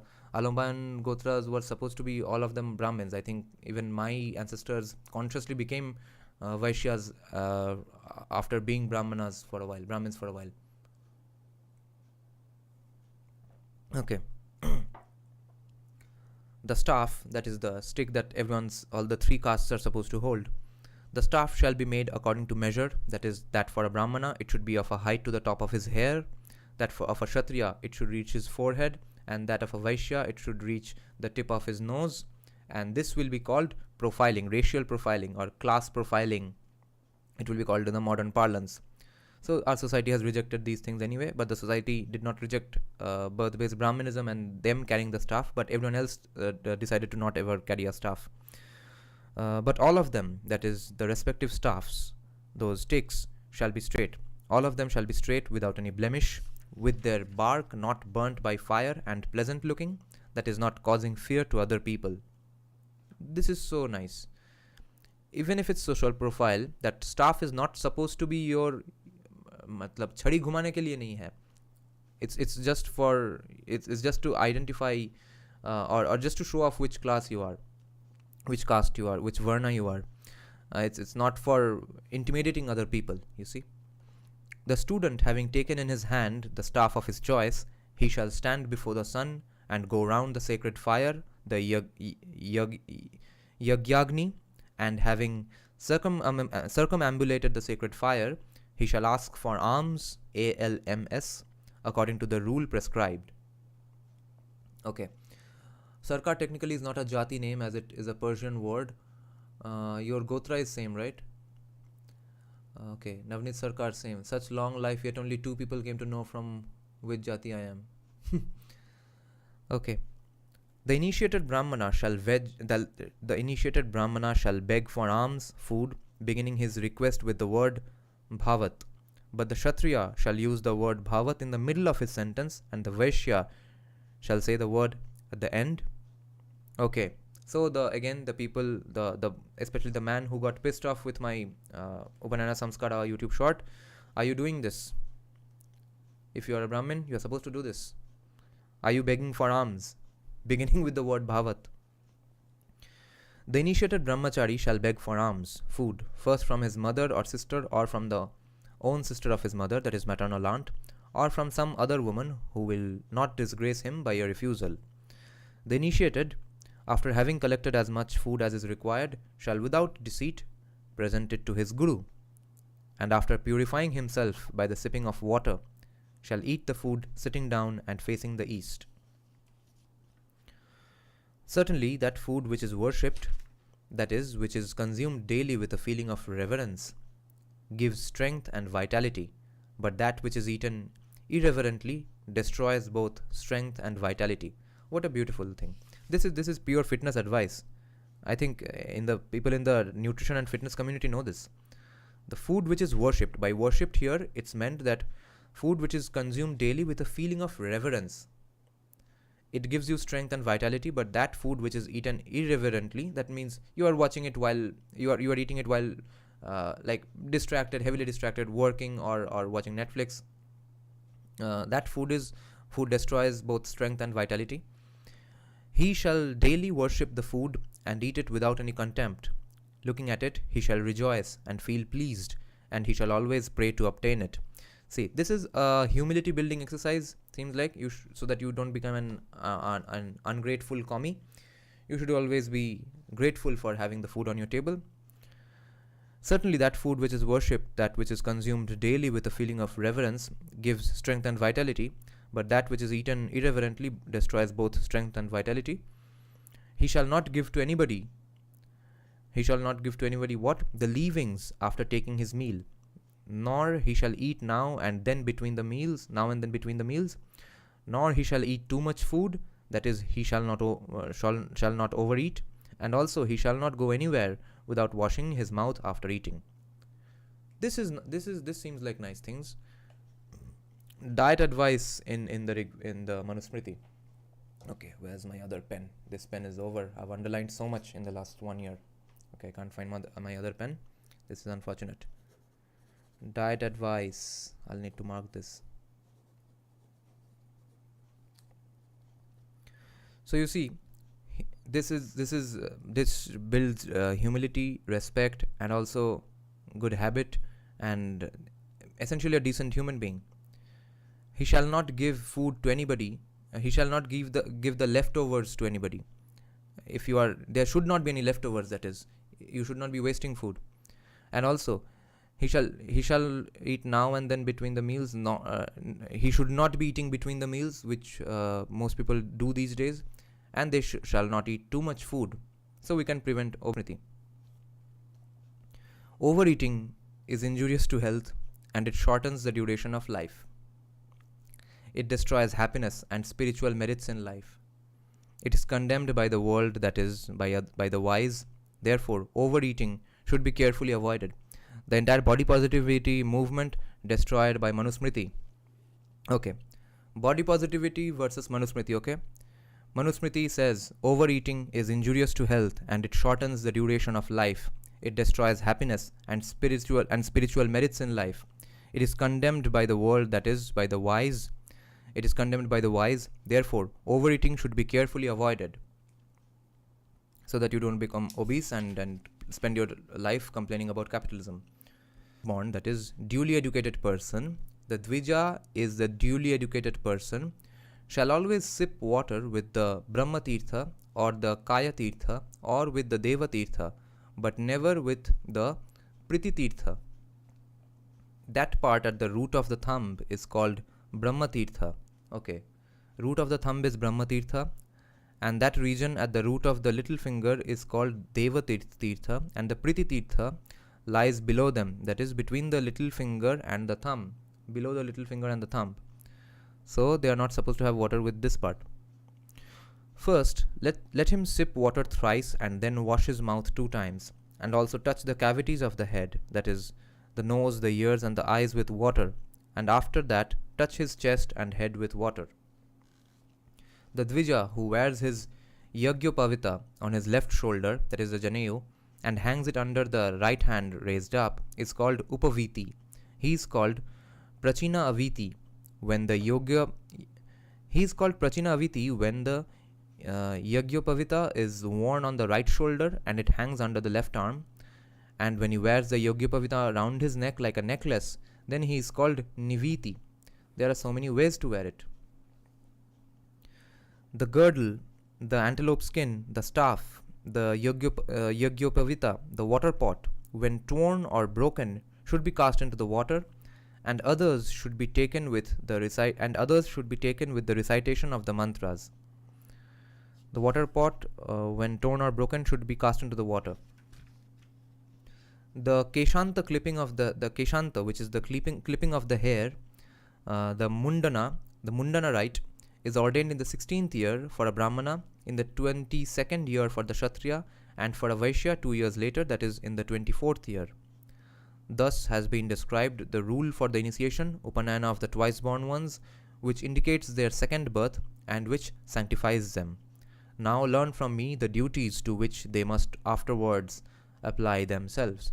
Now, duties of people who get the Upanayana Samskara.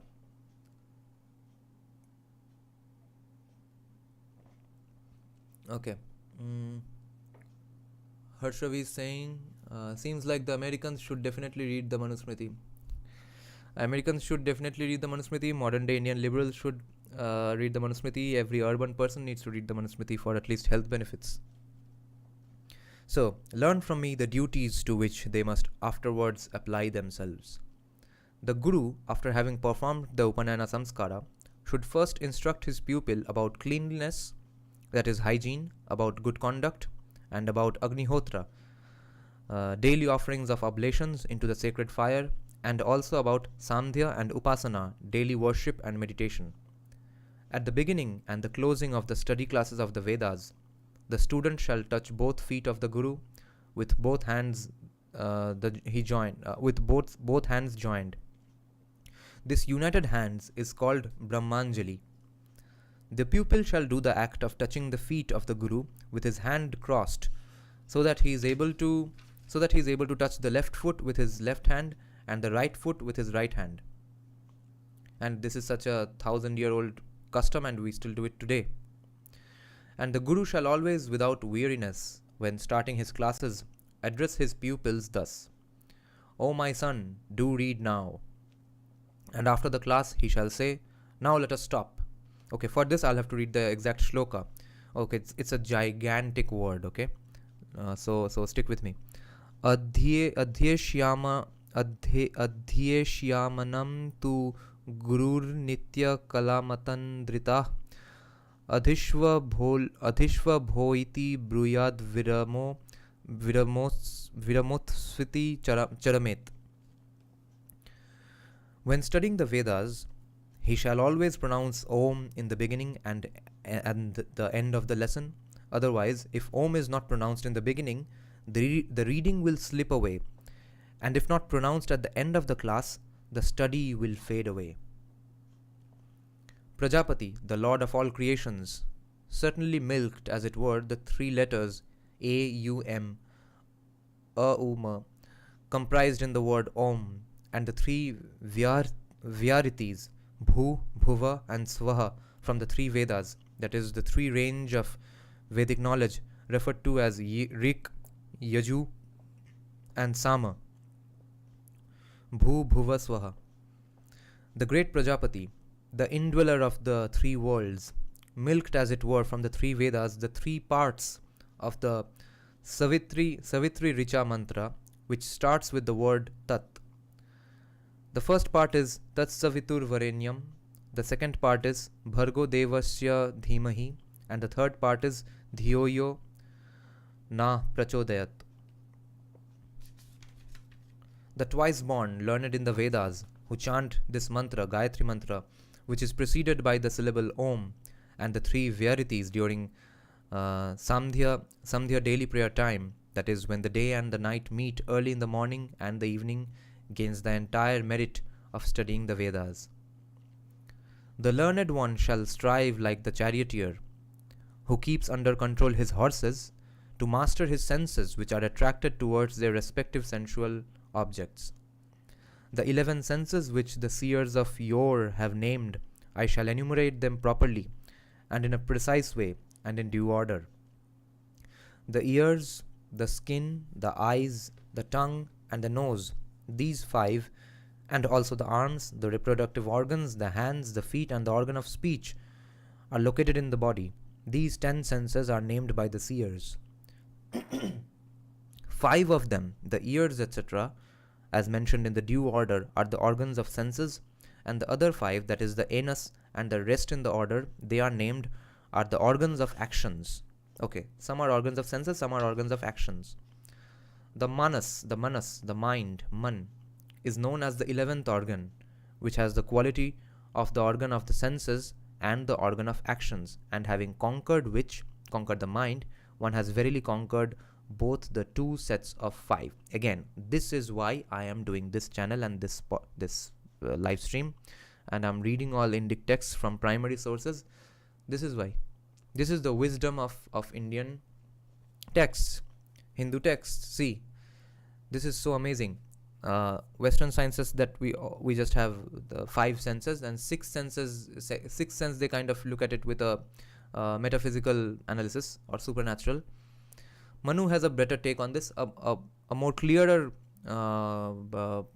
analysis of this situation. The manas, the man, is known as the 11th organ because we have 5 organs with the sense of touch. We have 5 organs with the sense of action. The man, the 11th organ, the 11th sense organ, or the, what's the basic term used here? The 5 of them, the ears, 11 senses, yeah. So the 11th sense, the manas, is known as the 11th organ, which has the quality of the organ of both the senses, and it's an organ of actions. The manas is like that. And having conquered the mind, one has verily conquered both the two sets of five. Obviously, anyone who conquers is in control of their mind, is in control of everything else. There is no doubt that if the senses of a person are too much involved with their objects of gratification, he will incur guilt, sin, but by the good control of his senses, certainly he achieves success of his life. See, this is the wisdom I'm talking about. Can you believe? The Jocko Willink, a retired Navy SEAL and sort of a motivational speaker, he says discipline equals freedom. This is exactly what's mentioned in Manusmriti. This is why I always say that people are misappropriating or appropriating our culture without giving us due credit. Deepak calls it a intellectual property rights violation. But this is it. There is no doubt that if the senses of a person are too much involved with their objects of gratification, he will incur guilt and sin. Isn't this so true? Don't we know this from our personal life? But by the good control of his senses, certainly, he achieves success in life. Desire is never extinguished by the enjoyment of the desired objects. It certainly grows stronger, like the fire which grows stronger when oblations of ghee are offered into it. He who shall obtain and enjoy all the objects of his desire, and the other one who shall renounce them, all of the two, to renounce is superior than to enjoy. These senses, which are strongly attached to their sensual pleasures, cannot be effectively controlled by withholding them from their objects, but by a constant pursuit of right knowledge. This is now getting absolutely fascinating. The educated man who is wicked at heart, for him, his study of the Vedas, his renunciation, his yagyas and observances of the personal and social disciplines, and spiritual austerities can never procure him the attainment of success or reward. See, this is one of the best things about Indic texts, that even if you are even if you do spend your time reading all the sacred texts, etc., even if you do all the yagyas, all the customs, rituals, traditions, if you are wicked at heart, if you do all these, nothing of good is going to happen to you. It can never procure him the attainment of success or reward. This is kind of what happened to Ravana, right? That man known him to be a jitendriya, that is, one who has conquered his senses, who does not rejoice or feel pain after having heard self-praise or criticism, having touched smooth or rough objects, having seen attractive or dull scenes, having eaten tasty or tasteless food, or having smelled nice or bad smelled. See, that famous poem, If, by Rudyard Kipling, which is always quoted by a lot of stoic people who associate with the philosophy of stoicism and motivational speech, etc., that you should not be affected by everything around you. That concept is being discussed here. The jitendriya, one who has achieved jeet over his indriyas. That jitendriya is what Western Stoicism is all about. That is, one who has conquered his senses. And it seems like a line out of the poem If. One who has conquered his senses, who does not rejoice or feel pain after having heard self-praise or criticism, having touched smooth or rough objects, having seen attractive or dull scenes, having eaten tasty or tasteless food, or having smelled nice or bad smell. One who is not affected by any of these. That person is a jitendriya.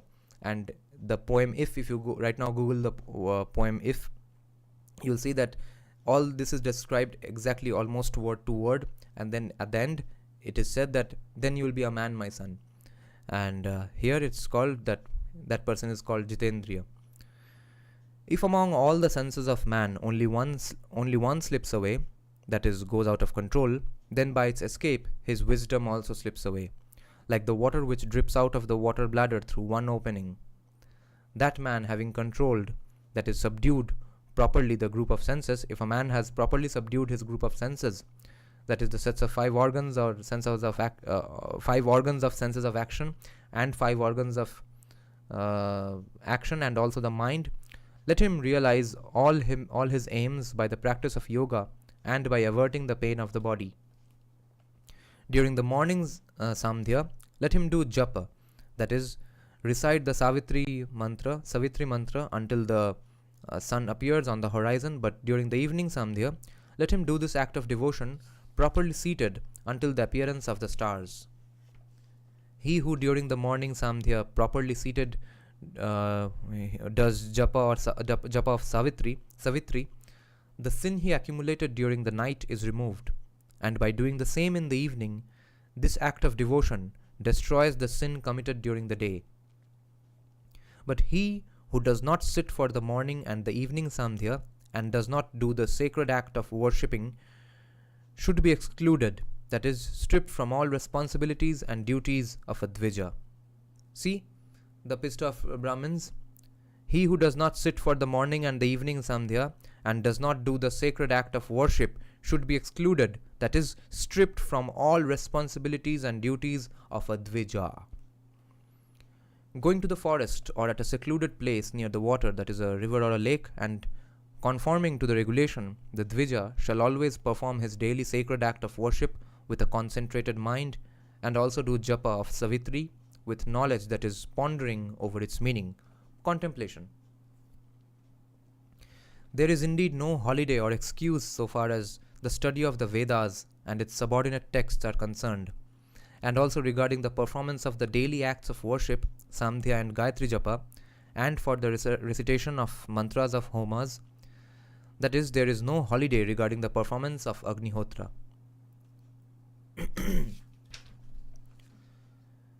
There is no holiday in respect of the sacred daily duties, which are known as Samdhya, Savitri Japa, and the recitation of Veda mantras, which are known as Brahma Yagya, and even for the Agnihotra and other yagyas, which are performed with exclamation of the term Vashat, because they are meritorious acts.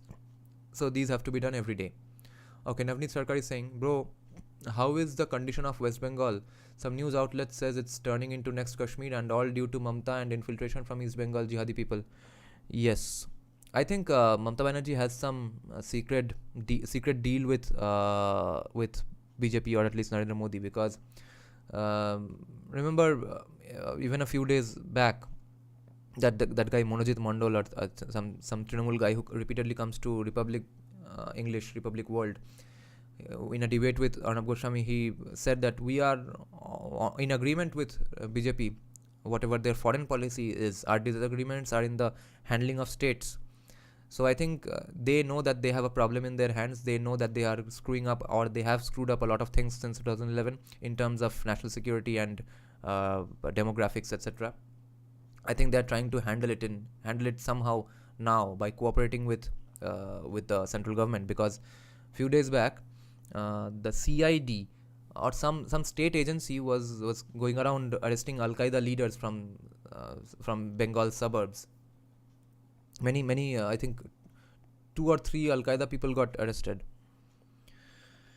There is no holiday in respect of the sacred daily duties. To that person who being always pure is constantly engaged daily throughout the year in the study of the Vedas, strictly according to the rule, to him this daily study will ever cause milk, ghee, curd and honey to reign in his life. That is, will procure him all happiness. Tere muh mein ghee shakkar. That phrase comes from this concept.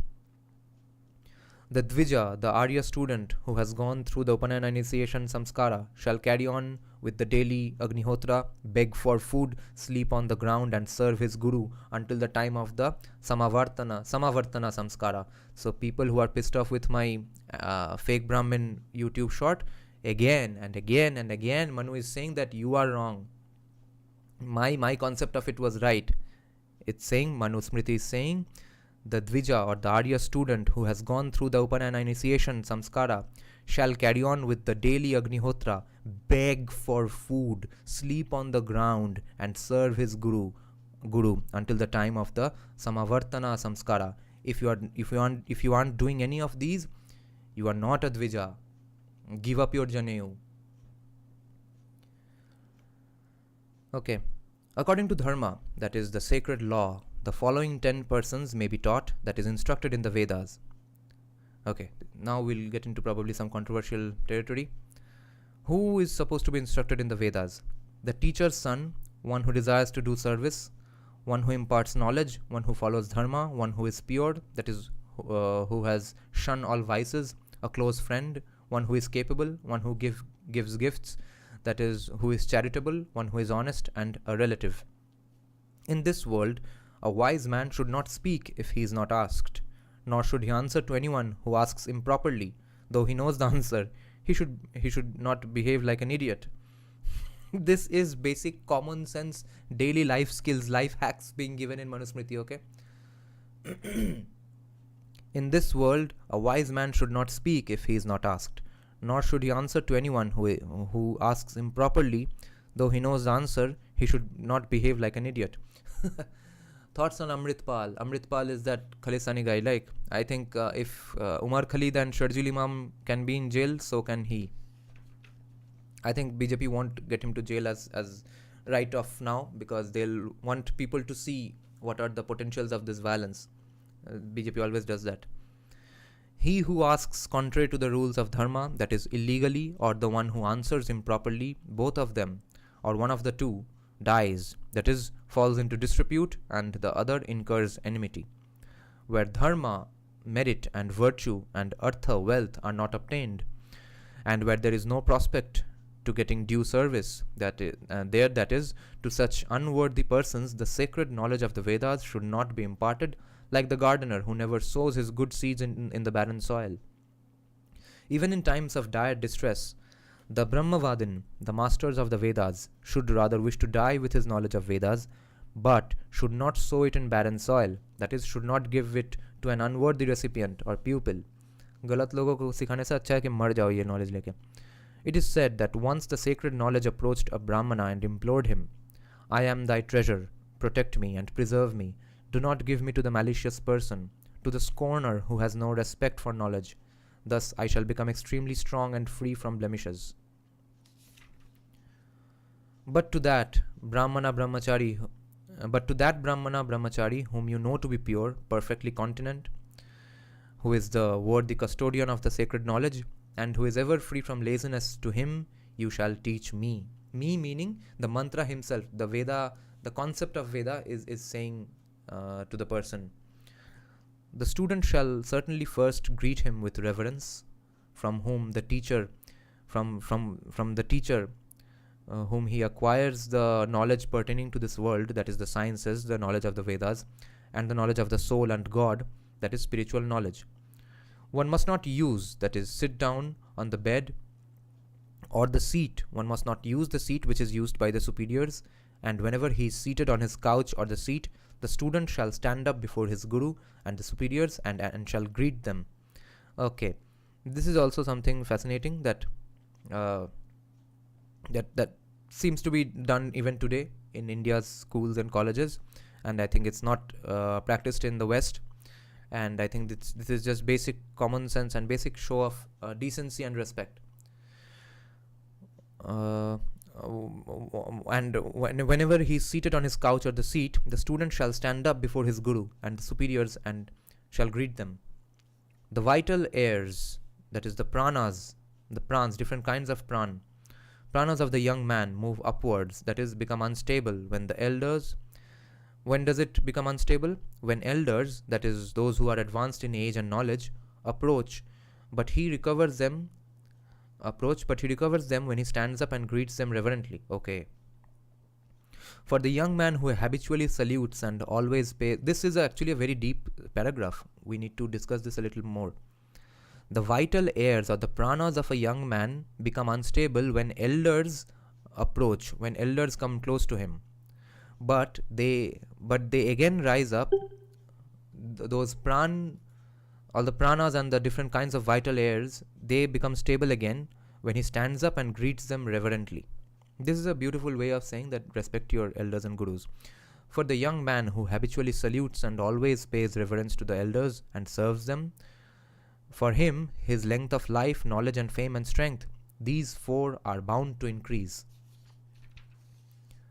The Dvija, that is the student, while greeting the elders, should pronounce his name after the salutation term, thus, I am so and so. When greeting, he shall pronounce the word bho after his own name, because the seers have declared that the nature of the term bho to be the same of all the proper names. In return of a salutation, the Dvija should be greeted thus: Ayushman Bhava, Somya, Ayushman Bhava, Somya, O gentle one, be long lived. And the last vowel of the name of the addressee and the alphabet preceding it should be pronounced in the pluta, that is, in a longer sound. Yeah, pluta means longer sound. The dvija who does not know how to return a salutation, that is, does not know the formulae of reply to a salutation, or who even does not reply, the learned man should not salute him, because he behaves like a Shudra. When meeting a Brahmana, after salutation, inquire about his well being as regards his study and teaching of the Vedic lores. With a Kshatriya, inquire about his good health and strong physique, and with a Vaishya, ask about his economic activities, and with a Shudra, certainly inquire about his health. So, what are you supposed to do when you meet a particular person from a particular varna? Okay, when you meet a Brahmana after salutation, inquire about his well-being as regards his study and teaching of the Vedic lores. कि कैसा चल रहा है पढ़ाई वढ़ाई. With the Kshatriya, inquire about his good health and strong physique. And with a Vaishya, ask about his economic activities. How's your business going? And with a Shudra, certainly inquire about his health.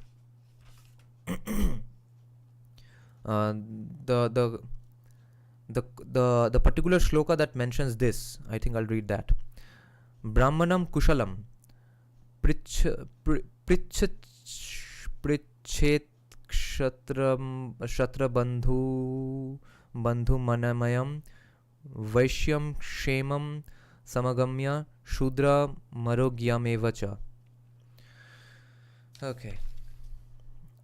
A virtuous man, that is, one who knows the principles of Dharma, shall not address the student who has been initiated, that is, who has gone through the Upanayana Samskara by his name, even though he is younger in years, but he shall use respectful terms like bho or bhavat first while speaking to them.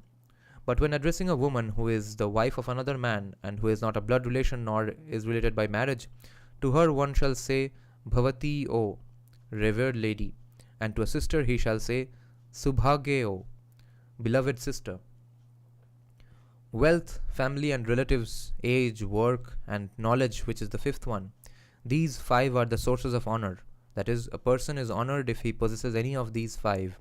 However, each of these carry a greater weightage than the preceding one in the order they are enumerated. Okay. So, this will be pretty interesting. We right here have a hierarchy of the things that are important in life, okay? So, Manusmriti is saying that five things are important, and these five things are what bring you glory, honor, respect, etc. in society. What are those five things? Wealth, family and relatives, age. Wealth, family and relatives is one. Wealth, family and relatives, age, work, and knowledge. But each of these carry a greater weightage than the preceding one. So by ranking, we have actually wealth is at the last spot. Wealth is in the rank 5. Family and relatives are more important than wealth. Age is more important than family, relatives, and wealth. Work is more important than age, family and relatives, and wealth. And knowledge is more important than work, age, family and relatives, and wealth. This is why I have this channel. This is why I'm reading this book. This is the beauty of Indic ethos, mythology, history, and wisdom. What are the most five important things? What are the five most important things? And by rank, by hierarchy in the Manusmriti, most important is knowledge, next important is work, then age, then family and relatives, and then wealth. Wealth is at the last rank, knowledge is at the top rank. Among the members of the three varnas, that is Brahmana, Kshatriya, and Vaishya, he who possesses one or more of the five, that man is worthy of honor according to the number and degree he has acquired. Even a Shudra who has entered the 10th decade of his life shall be respected by the Dvijas. Did you just hear this?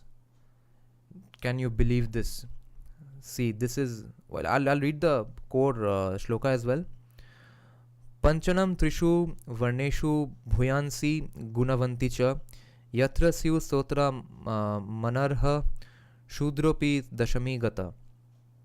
Among the members of the three castes, three varnas, that is Brahmana, Kshatriya, and Vaishya, he who possesses one or more of those five qualities, that man is worthy of honor according to the number and degree he has required. Even a Shudra who has entered the 10th decade of his life shall be respected by the Dvijas. Why? Because he has now one of those five things, okay? He has age now.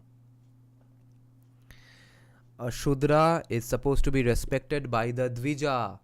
Say this loudly when someone debates Manusmriti. Remind them that the Shudra who is older than 10 years, 10th decade, 10th decade of his life, because 10th decade does not mean 100 years, because the way they counted age was different back then. So we can't exactly be sure what the 10th decade of his life means. 10th decade shall be respected by the Dvijas. On the road, one must give way to the man in the carriage, to the person who is above 90, to the one who is deceased, and to the person. And no one obviously lived to 90 or 100, so obviously it does not mean 90 years as we know it today. On the road, one must give way to the man in the carriage, to the person who is above 90, to the one who is deceased, and to the person who is carrying a burden, and also to the king, the woman, the snataka, the graduate, and to the bridegroom. These are the people on whom you are supposed to leave space on the road for. I think we will stop here and start from this part again, because this is so fascinating. This will be important to discuss once again. Okay, let's. Abhay is saying this is applicable in context of data security. Yeah. So you are supposed to give way to many people, and the Dvija is supposed to respect a Shudra. This is what Manusmriti is saying, okay? And from here we will pick it up tomorrow. Not tomorrow, again next Monday. I'll make countless video shorts on this, hopefully, so that people know that Manusmriti is fascinating and awesome. And this is why I'm calling this Manusmriti MythBusting. So thanks a lot for joining on the live stream, guys. We'll pick up Manusmriti on Monday again, and tomorrow we are going to discuss Brahma Puran. Brahma Puran live stream tomorrow at 12. So good night, guys.